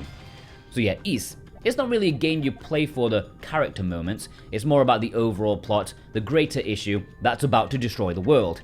Even if it is a little bit, shall we say, by the books. The gameplay for Ys I and II is one of the weirdest experiences for me, because going in, I always assumed I would hate the ever-living crap out of it. It's dumb in every imaginable way. You bump into enemies. When I remember seeing some YouTuber talk about the TurboGrafx remake, I think it was GameSack, I just thought it was lazy design from the developers. Maybe not lazy, but perhaps a game so archaic they didn't even think of adding an attack button. Kinda like when first-person shooters didn't use both analog sticks. It makes sense now, but back in the day perhaps they just couldn't see it. I thought it made the game and the hero just look clumsy, like Mr. Magoo of the action RPG world. Either that or he's like a horny dog grinding up against everything. But please trust me when I say it's oddly satisfying, and may I say worryingly intuitive. It kind of all makes sense this day and age, when developers of games are terrified to let the player do anything of their own accord. I can imagine in like 10 years, like a big budget action RPG coming in, where you just walk in the general direction of the enemy and all this flashy animation happens and you get loads of loot and XP and the player feels good, get patted on the head because, you know, they have to be a good boy and they feel good about it. Yay! It's the best game ever and it respects the player's time. As though you're important. You're not important. It might all come full circle. Now, I'm not saying I'd like every RPG to be like this, but it does have a real charm to it. Yeah, it does look a bit daft from time to time, especially when you're under-leveled or under-equipped. It takes 3 years ramming into an enemy to get their health down. But when things are balanced, it can be really nice. Just something as simple as not taking them head on. Having to be slightly off-center adds a tactical, arcadey feel to the game, and getting it spot on feels good. Adol runs so goddamn fast, you plow through some of the weaker enemies, and it's both funny and epic. Like, get out of my goddamn way, I've got goddesses to save. In this game, Adol does not mess around. He's sprinting from place to place like his life depends on it, or like there are twin goddesses potentially to get off with if you save the day. That will make any 17-year-old go at breakneck speed. If only he knew saving the world wasn't the only way. He's never been introduced to the magic of Prosecco. They don't even need to drink it. I'm sure it's mostly middle-aged housewives, but he's ginger, he can't be picky. And his speed is what gives this package so much pace. Even with the upcoming flaws I'm gonna mention, zipping around is almost hassle-free. The world of Esteria and Ys, they're not exactly huge places, so you're never too far away from your destination. Especially the first game, it's tiny. I was so surprised at how ungrand the scope was. There's one field, a couple of tiny villages, a mine, a small temple, and a tower. I was anticipating getting lost in the mazes of the outdoor fields, a big huge Zelda-like map, but no, they decided that not having any filler would be a good thing. And it's true, the space is used effectively, even if you're not always sure what you're supposed to do next. The second game does pick up the scope somewhat, but instead of a large open world, it's actually quite linear. You go from the village, to the icy mountains, to the volcanic cave, and then to the Solomon Shrine. It's very direct, still not a large variety of locations, but at least each of them is somewhat big in itself to make it feel like a good chunk of land. Weird that the small piece that flew off into the sky somehow feels bigger than the actual piece of land. As mentioned, the first game is pretty basic. The puzzles, not really too much of an issue except when they're painfully obscure, of course. It's mostly a case of bring the right item to the right place, which, fair enough for the time. I don't mind bringing a necklace to a statue once in a while. Or in Ys's case, 3 times in one game. And although it doesn't have any modern day bells and whistles to guide the player to their next destination, or even bother to tell you what you're supposed to do next, Ys is a game that rewards paying attention, because by golly, does everyone love to tell you about it. The game is fairly generous in how helpful the NPCs are. While not always outright saying, take this there thing to that place there, they're always willing to inject some seeds and clues into your eyeballs. Have you ever had clues thrust into your eyeballs? Oh, it's wonderful, much better than having a go here marker on your map. As long as you pay attention to what people say, you should be good, even if it requires a little bit of wandering around aimlessly for that thing. Is it always the most efficient at giving you these hints? No. Like to enter the final room of Ys I at the top of Darm Tower, you need that goddamn pendant from Luther Gemma. But you'd only know that if you talk to him by mistake, or talk to the old dude, or read between the lines of the Book of Gemma. But who's paying attention to that? And also, no one would go backwards down the dungeon for no reason. So every single player who's ever played this without a guide would be slamming their heads against the door for 10 minutes, which is the analogy my wife uses when she keeps telling me to put my socks in the washing basket. So what if I like to put them on the arm of the sofa, or the spare bed, my work desk? Don't know what a problem is. And in the bottom of the shrine in Ys I, after you get the Mask of Truth, you use it to find a secret door, which is almost impossible to find. It's never really hinted at anywhere, aside from the fact it's beside statues, where there's often a doorway. You can ever so slightly see the faint outline of a door. They've used one color shade darker. Even on a huge TV, I couldn't see that thing. Now you might be thinking, I should have been wandering around with the Mask of Truth on. Well, you can't see enemies, why would I do that? Sure, perhaps I could have been slightly more liberal, but that's the one and only time I used a guide for the game, because I was genuinely feeling like I was at a dead end, and I didn't want to give up. Anyways, there are times like those that I do feel are not exactly caring of the player, but for the most part, you know what you need to do, even if you need to think about it a little bit, or wander around for a bit. But for a game of this era, it is surprisingly accessible. Zelda was laughing its arse off at the player, telling you to buy a magazine. Ys II has less of this issue, I would say, but it's also more of a biscuit taker, especially the final shrine. It's just so goddamn huge, and you're running back and forth. It's one hell of a confusing mess, and even though in the end it came together into a pretty good climax, it did wear me down a hell of a lot. In fact, going through my footage to write all of this script, it almost gave me a case of PTSD. I kind of feel like it, but I kind of like it, but I have to freely admit it's a complete mess in terms of structure, pacing, and taking the piss. There's too much going on, too much guessing, and way too much backtracking. And this is coming from someone who's not adverse to backtracking. I enjoy going through interesting worlds and places, but this is just too much. The final part of this duology almost brings it down from a recommended game into only if you're historically curious. In some ways, Ys I, despite the simplicity, is a purer experience.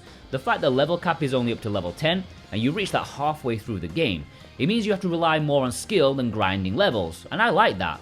Of course, there's equipment to take into account, but it's not so much of a factor as grinding is in Ys II, because every time you get to a new area, whether it be the Ice Ridge or Burnedbless, you're going to be struggling against the new enemies unless you grind a few levels well in advance, for both experience and cash for newer equipment. I don't even know what the level cap for Ys II is, or even if there is one, but levels are very noticeable all the way up to the end of the game.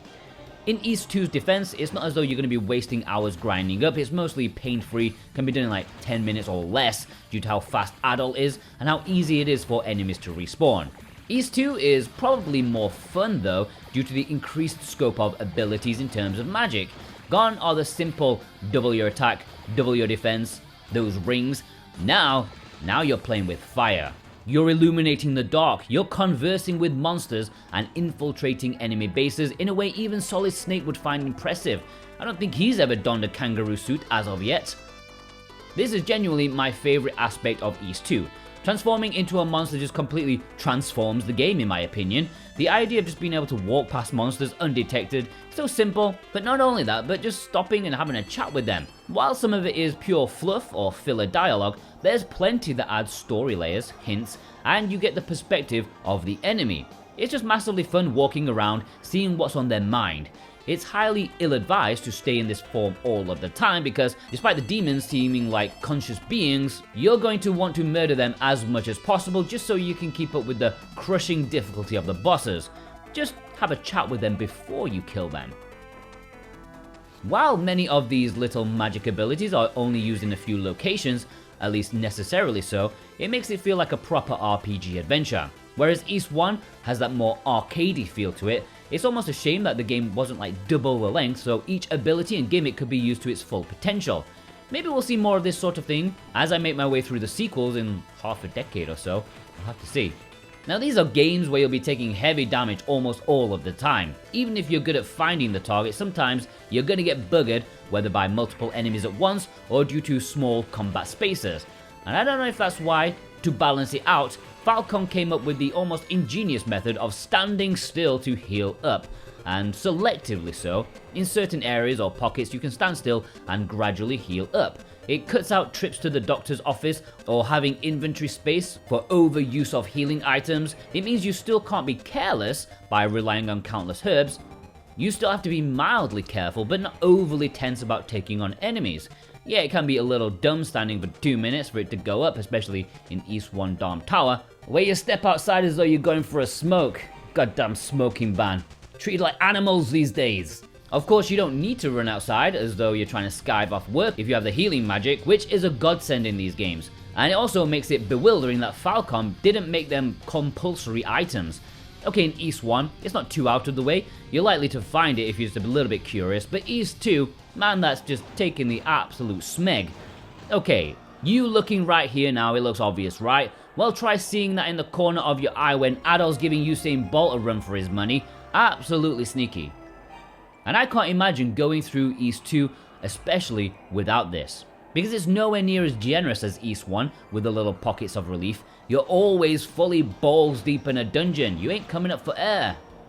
And while I consider this to be the most important item for an easier life with Ys, the game does have this penchant for hiding really useful items.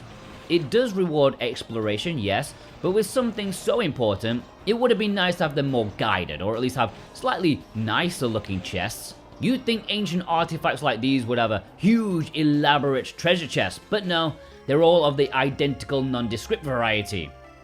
Saying that though, those healing things don't mean jack when it comes to truly the most fiendish aspect of this game, the boss battles. Barring like 3 or 4 pushovers, oh man, and I played on normal mode. I don't know how on earth you're supposed to overcome these on higher difficulties. Your patience will be tested alongside your skills. These boss battles do not let up whatsoever.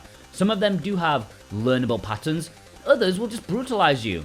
And having to mostly rely on magic attacks in Ys II makes you feel as though you're in sort of a shooter and you're just dodging the enemy rather than being on the offensive. Hair will be pulled, controllers will be slammed, balls will be willingly trapped in drawers, and the final boss of Ys I, boy, he's going down in history as one of the most difficult bosses ever put into a game, and that is a dark fact. It's not as though there's a gradual increase in difficulty to make it more palatable. No, you're gonna get mullered with the first boss in this game. Balls hard bosses are back in fashion these days, so maybe modern gamers will love this. And finally, something I don't think I've mentioned, because believe it or not, I don't write this script in order. I have no idea what I said 2 hours ago. The inventory system, or should I say inventory systems. Why? Why are there 2 inventories, and why the smegging hell does it always seem like I click the wrong one every single time? Because you have an inventory used for equipment. By pressing start and then equip, you get to your swords, weapons, magical artifacts, and then you have a separate one you get by pressing one of the face buttons, which takes you to key items and usable items like herbs.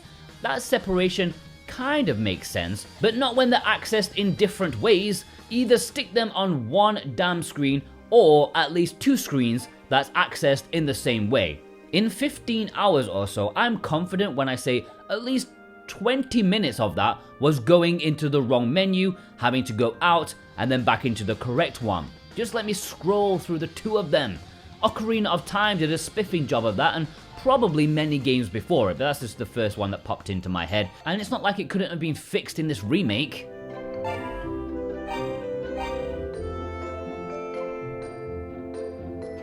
Overall, the gameplay, as I said, it does have its flaws. Its moments, quirks, frustrations. It's 35 years old, guys. Expecting modern logic and design is a bit silly. But even with that, Ys I and II are fun games to play. As I have said, Ys II almost lost me near the end with the ridiculous final dungeon, which does have its merits and epicness, but they got the pacing completely wrong there. Anyways, let's move on to the presentation. Firstly, the music.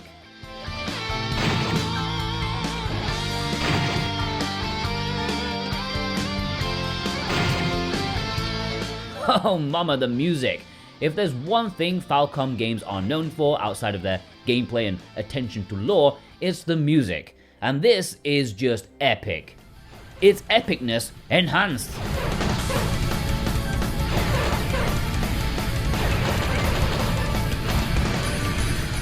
Because in this version, we have not only the original music, not only the early 2000s remake music, but now another version made for this remake. There are 3 soundtracks available. Sadly, it doesn't include the TurboGrafx version, which I believe people love the most, but it doesn't matter because what's here is still outstanding.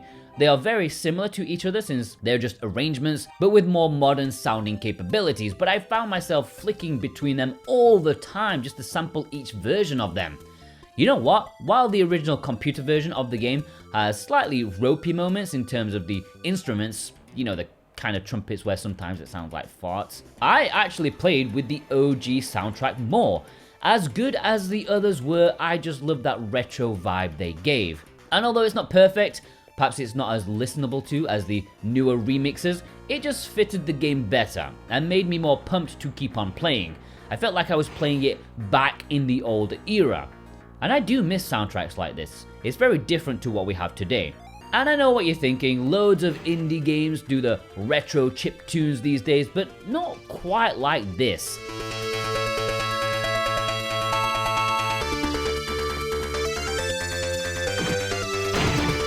Old school Japanese PC games most definitely have their own unique feeling and sound to them that is rarely replicated in today's era. I mean, just have a little bit of a listen.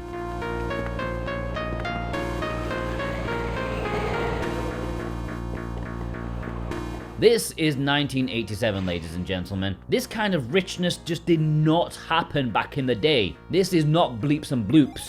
I'm nostalgic for this, even though I didn't touch any kind of computer until 2005. It helps that the original game was composed by the legendary Yuzo Koshiro, alongside Miyako Ishikawa.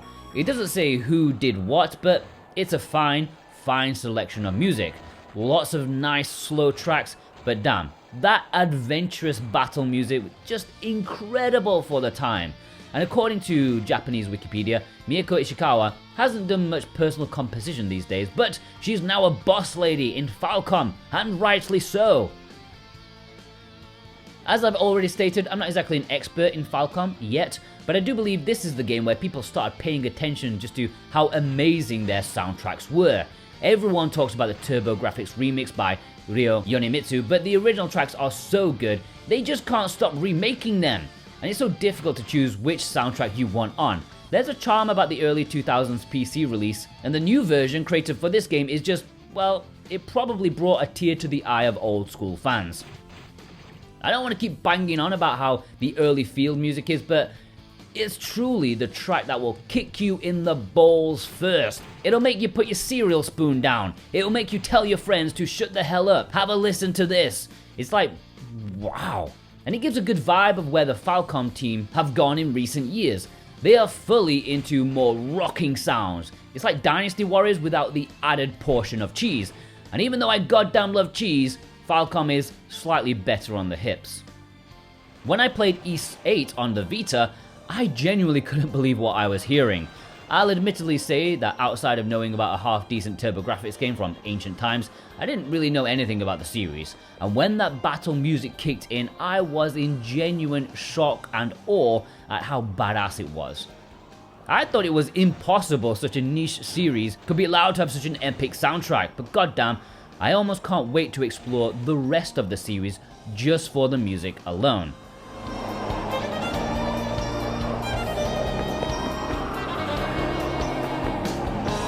And again, even though it was tough and quite exhausting to play Ys I and II, I'm half tempted to replay them again, just choosing different soundtracks each time, because even though I switched between them to sample them, I mostly went for the original soundtrack when it came down to it. So I think if there is a next time, maybe I'd choose a different primary soundtrack.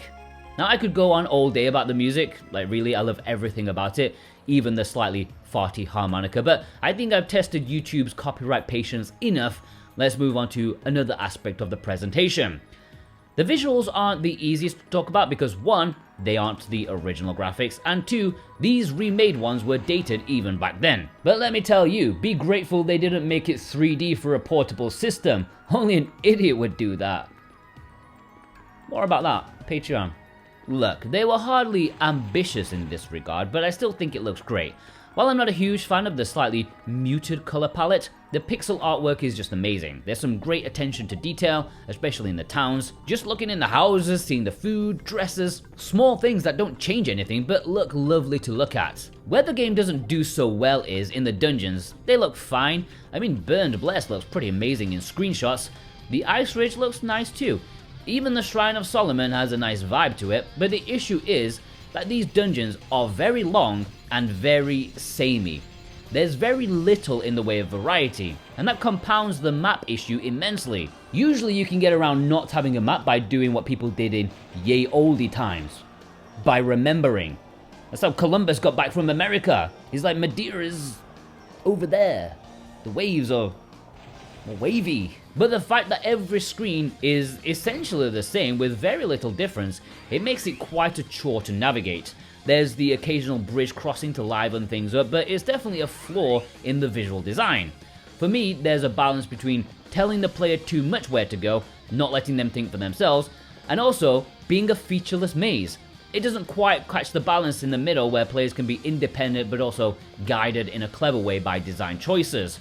The game is 35 years old though, so let's cut it a bit of slack, even if this remake could have spiced things up a little bit more in terms of visual touches. And considering getting lost in the dungeons is one of the bigger negative aspects of the game, that's quite a miss in terms of presentation. Now, all in all, Ys I and II is a great experience. If you can get your mind back to games of the era, it does have its flaws that modern game developers would faint over. This is not a game for those who need their hand holding or demand a fair experience. Ys I and II were fair for the time. I still really enjoyed playing it. It was a joy that came with blood, sweat, and tears, mostly from my fallen enemies, but also a bit from me as well, because it's an ordeal that you feel good about overcoming. You acknowledge the flaws, the archaic designs, and the unbalanced challenge, but damn it is a good time. Now, it's not essential by any means, because as I said, I think modern game design has left a good portion of people being intolerant of old school quirks, and that's fine. But if you still enjoy games of the 8 and 16-bit eras, if you still enjoy the OG Zelda, and even if you like A Link to the Past, if it was drug adult nightmare made by Tomonobu Itagaki, but in a good way, then I think you will love this. It's not as refined as one may hope, but damn, you can't help but be charmed by it. I somehow came out really enjoying the combat, the story was a lot of fun, and the world, I really did fall in love with the world of Ys. Or was it just the goddesses? I'm not sure. Of course, I wasn't exactly enamored by the level design, which, considering you'll be spending the majority of your time in those dungeons, that's a pretty big hit, but it's something I could look over. It's ambitious for the scope back then, for its focus on world building that you learn so much about, and the people within it, and my god, the music. You could play this for the music alone. Nowadays, Ys I and II isn't anything particularly special, which is weird that I thought I need to make a 2-hour video about it, but that's just what I do for you guys when you need to sleep. I've seen the stats. It gets to 10, 11 PM, you need somebody to listen to while you fall asleep, and I'm there for you guys. And my watch time thanks you greatly for it. Back in the day, this would have been something very special, and thankfully Falcom realized this and decided to make it into one of their flagship franchises, so much so that later this year, the world will see Ys 10. At least in Japan. Now 10 mainline games in 35 years doesn't sound like much, but Falcom, they're a busy company. They made a lot of games, and there was a period of time, like almost a decade in the middle of this, where they didn't do much with the franchise at all, but it survived and almost feels as strong as it ever was, thanks to the exceptional experience that Ys 8 was. Ys 8 was the Jehovah's Witness of the Ys world. It came knocking on everyone's door and converted us. Those looking for old school sensibilities, no modern bloat, and an arse-kicking soundtrack and premise, I think many people watching this will have had Ys 8 as their first Ys game. And Ys 9 came not too long ago. It didn't hit as hard as 8 because from what I've heard, it's more like a culmination of the series. Everything Adol had adventured up to at that point coming together in one big celebration. Perhaps just like myself, I wanted to delve into the entire series before going up to 9. While The Legend of Heroes may be Falcom's most popular and well-loved franchise, Ys has a hardcore bunch of fans. There are entire websites dedicated to the love of it and trying to spread the word of this niche action RPG. And I hope I've done my part so far, and I hope I can do more in the future. I'm very much looking forward to delving into Ys 3, or maybe 4 since that one does come first chronologically. We'll have to see. But be sure to be there when the time comes. Maybe before the end of the year, just depends. I'd love to do this full time, but obviously it doesn't earn a lot of money. That's why maybe you should head over to patreon.com/abitmorejordan and support me for ad-free videos, early access videos, vote for content, behind the scenes posts and videos, and small updates on a secret Discord, and best of all, the bonus video for each big video I make. The exclusive bonus video for Ys 1 and 2 is Ys 1 and 2. Other versions of it, comparing and contrasting, it's available on patreon.com/abitmorejordan right now. Maybe there's a preview at the end of this video, maybe. And I also want to thank my my Patreon supporters and my super producers, Wixit, Sven Nowlitz, they, and Rich Sartorius, and all my other patrons, of course. Thank you ever so much for your wonderful support. And I want to give a massive shout out and thank you to Brent McLean, who, you heard him narrate the books of Ys, and I feel incredibly embarrassed because he did it so well. He's put my weedy goblin voice to much shame, and he did an amazing job, so Brent, thank you so much. In the comments you say thank you, and also if you watched all the way through, wonderful, and I want to know who you are because yeah, you really helped my watch time, and I want to thank you. And yeah, if you're one of those people, please leave me a kangaroo emoji in the comments in honor of the cutest kangaroo in video games. If there's a kangaroo emoji. If there's not, that's just discrimination against Australia. And with that, it's time to go on to the next project, and from here, I need to say goodbye. Or maybe I should say, hi! A Kirby retrospective. Every damn one of them. Please subscribe. Make it worth the while.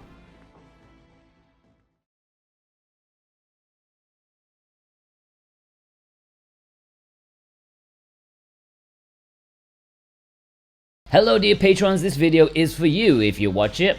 Now, for the big video, we took a look at Ys I II Chronicles on the PSP, which is essentially a remake of a remake of a remake.